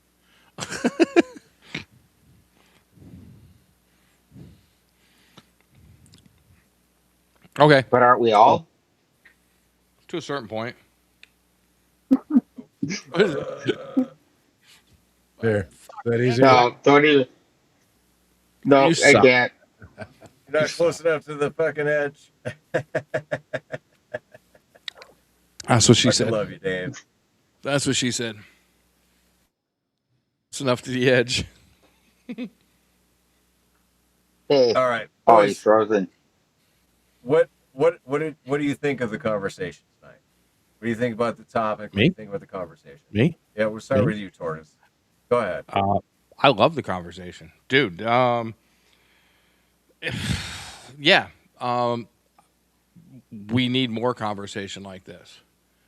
Like last week, We need more conversation like that. You know, we don't talk enough amongst ourselves, our friends. We don't communications where it's at. If we don't talk about what's bugging us, who we are, what we're doing, then why are we doing this? Why are we on this freaking channel? We need, why are we hanging out with Paul, completely sabotaging his whole fucking thing? Not purposefully, mind you, but I mean, but why? Do you guys? Does this make any sense to what I'm saying? We need this outlet.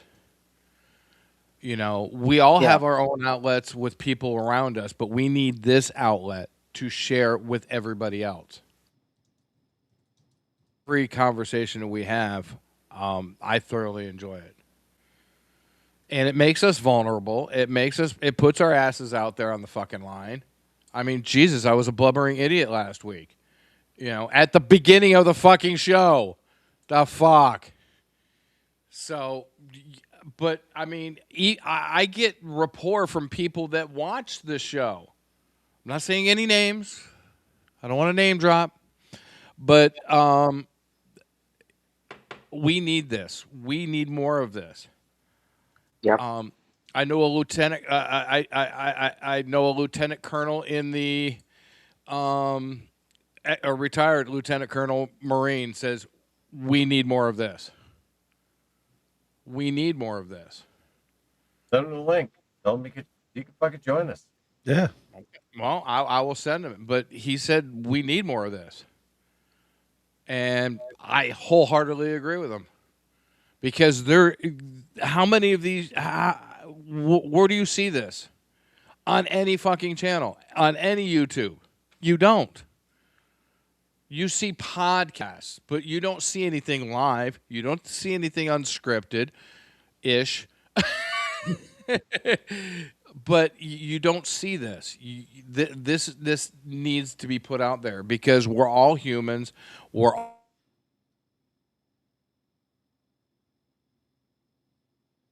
for fucking talking about our feelings.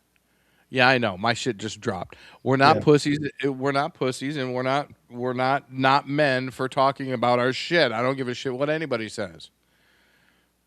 You know, we are human beings, and we need to communicate, and that's what we got 2 ears, 1 mouth, but we still need to communicate.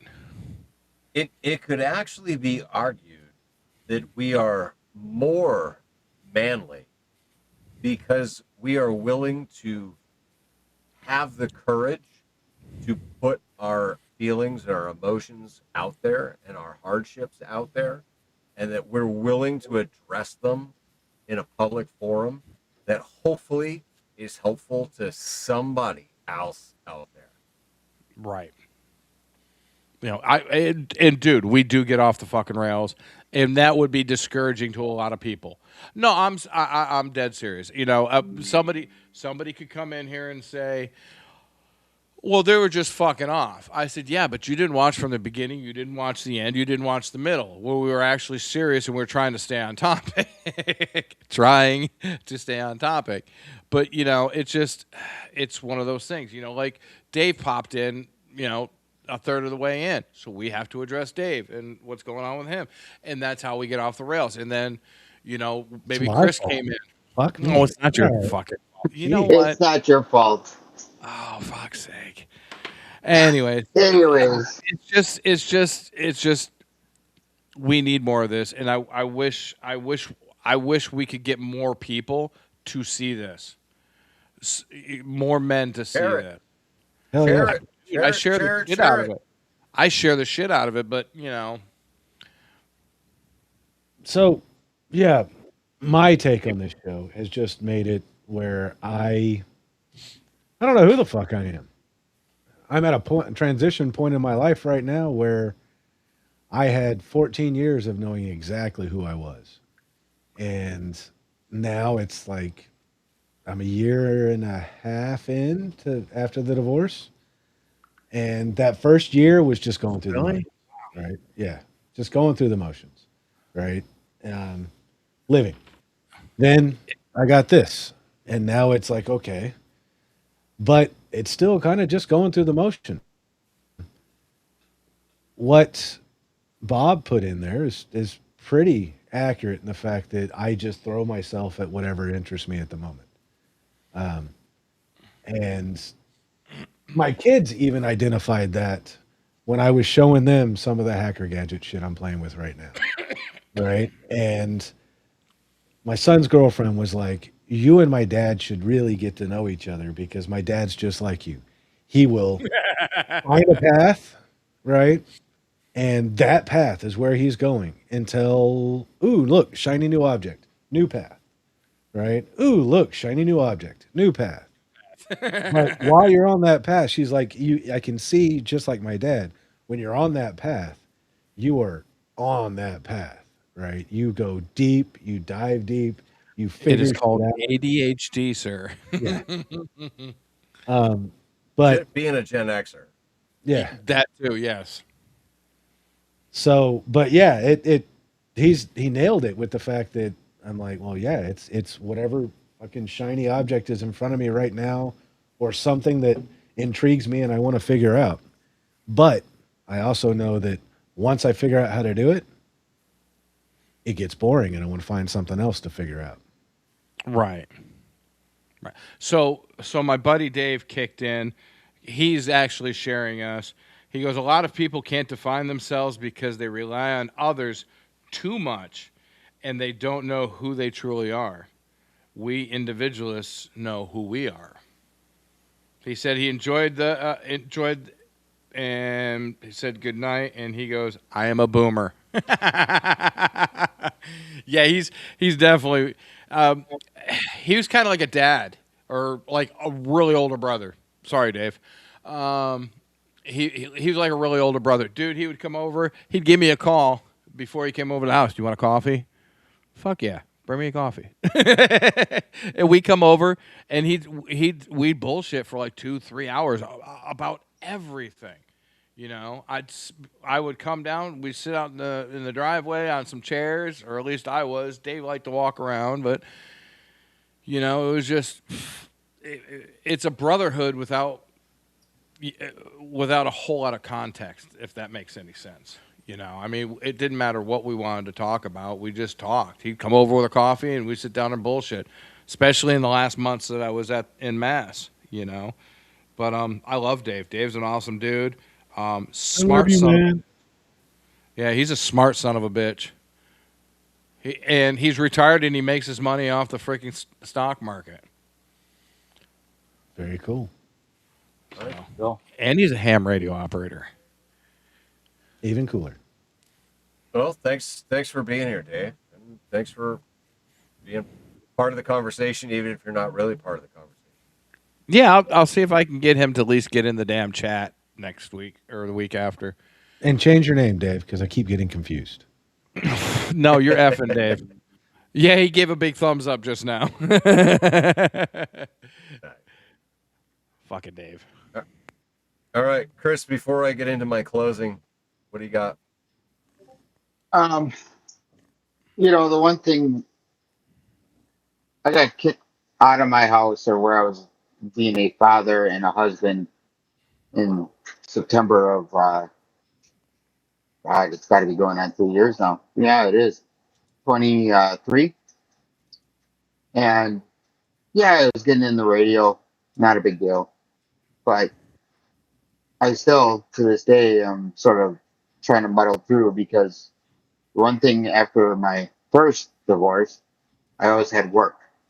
Being a correctional sergeant, going there, doing that every day, in 6 days a week. Now I work And a you five use day. that to define yourself. Yeah, Yeah. and then basically now I go to a 5 day a week, 40-hour work week job. And all I'm doing is trying to make sure I'm trying to put a little money aside so I can buy myself something radio related or hacker related or meshtastic related or something geeky. Um, yeah, so bad that I'm like, oh, I need new tires for the car. Guess I'm not buying anything this month. Yeah, right.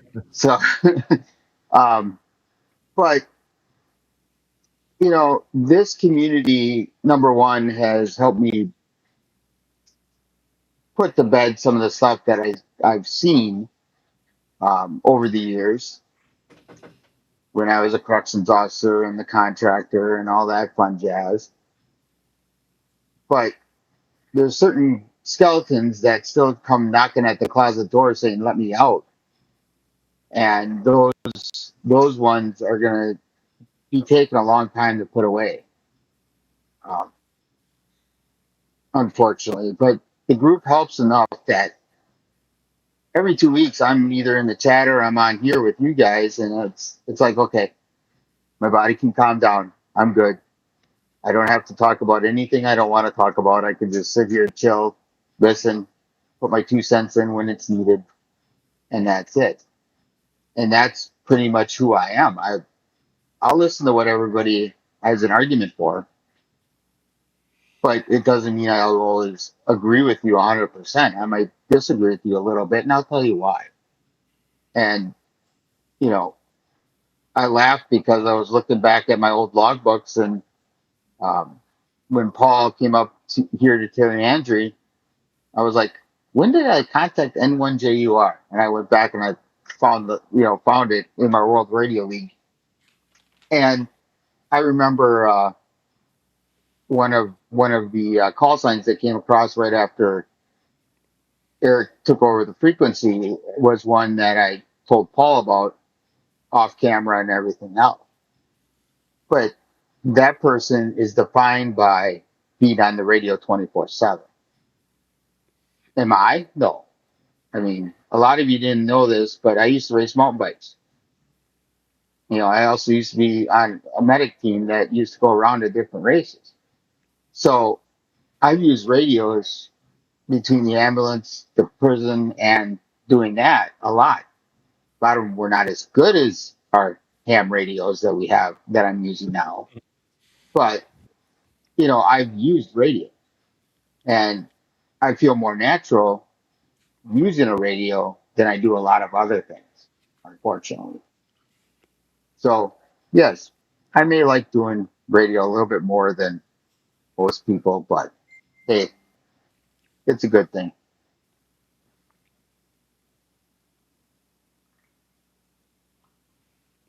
I gotta say, listen, as always, I appreciate you guys being here.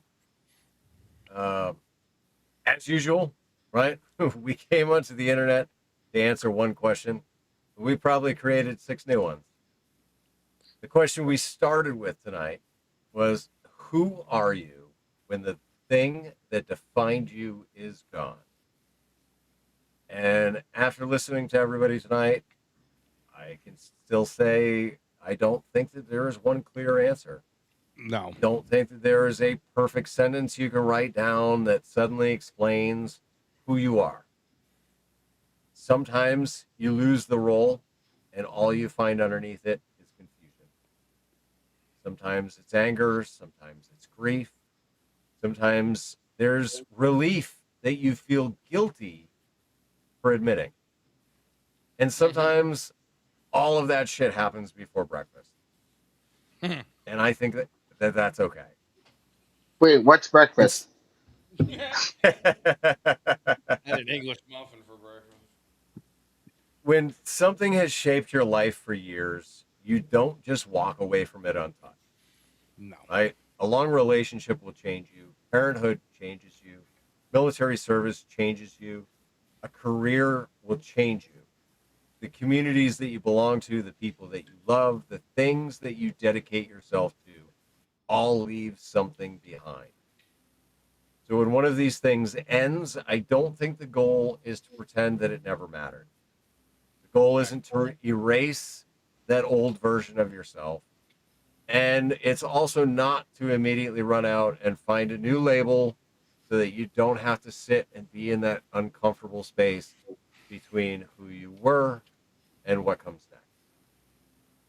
Because that is probably how you end up with 3 motorcycles, a questionable tattoo, and a dating profile that says you're fluent in sarcasm. Not that I'm judging. Listen, I live in an RV and I jump out of airplanes. My ability to criticize anybody else's coping mechanisms is extremely limited. But maybe Or actually that mood. uncomfortable space matters.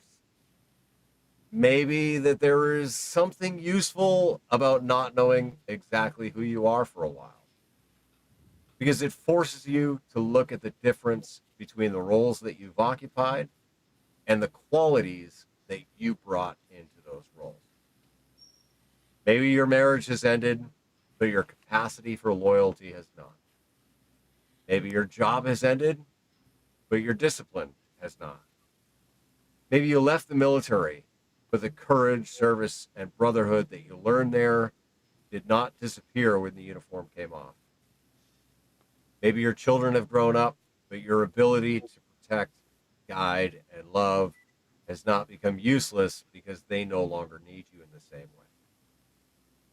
Maybe the passion changes, but the part of you that was willing to learn, struggle, fail, and try again can be carried on to something else.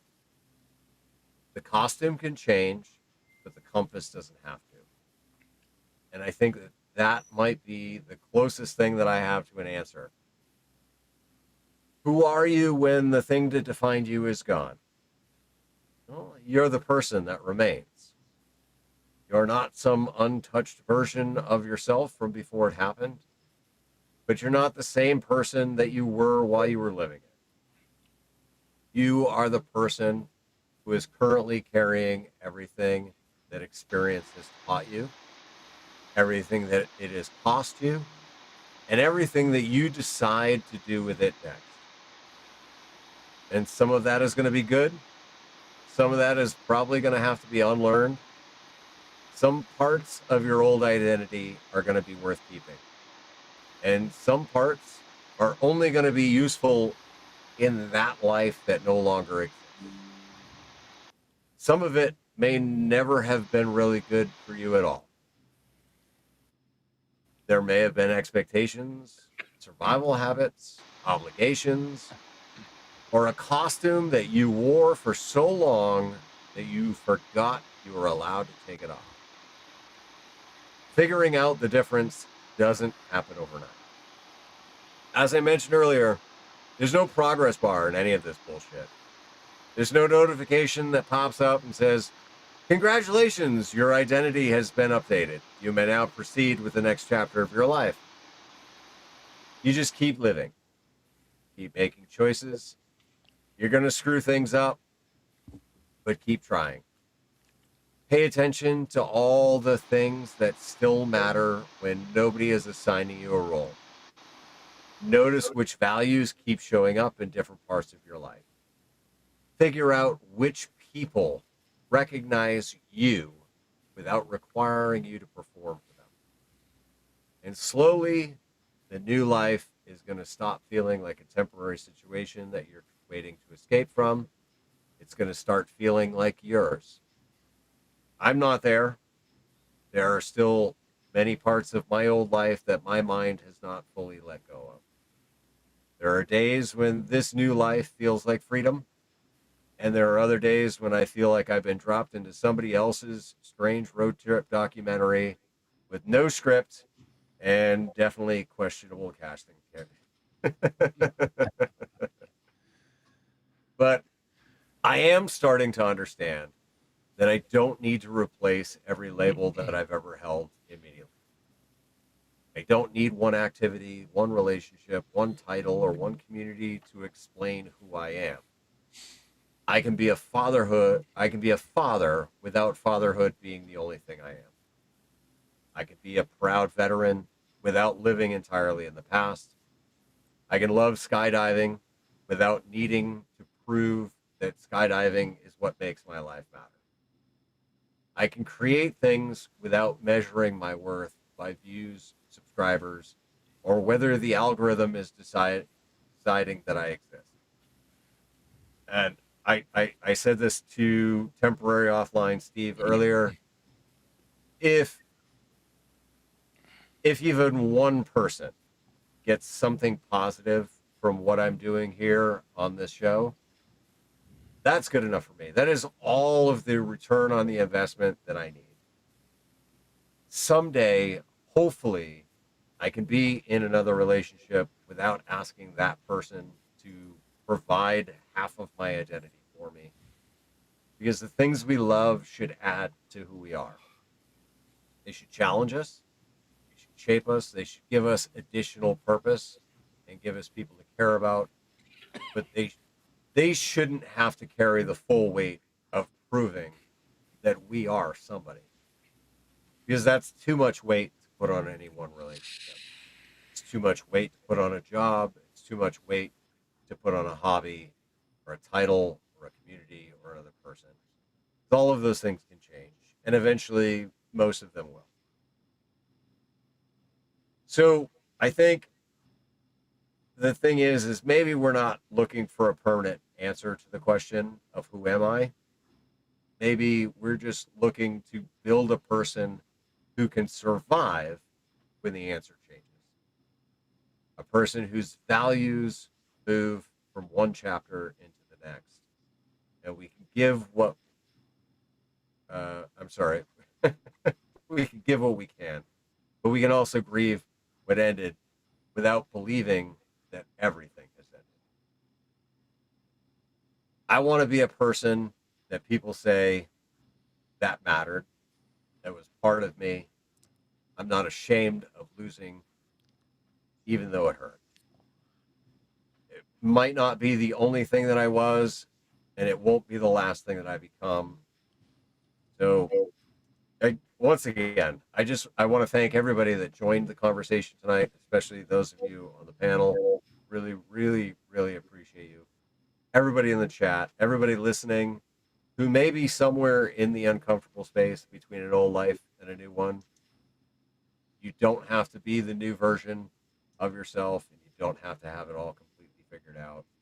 We're all making this up as we go. Who are you when the thing that defined you is gone? You're you. You're still here, and you're worth it. Please stay here. You will get a say in what comes next. This has been the Weekend Warriors. I appreciate each and every one of you, and we'll see you in 2 weeks. 77. Later. But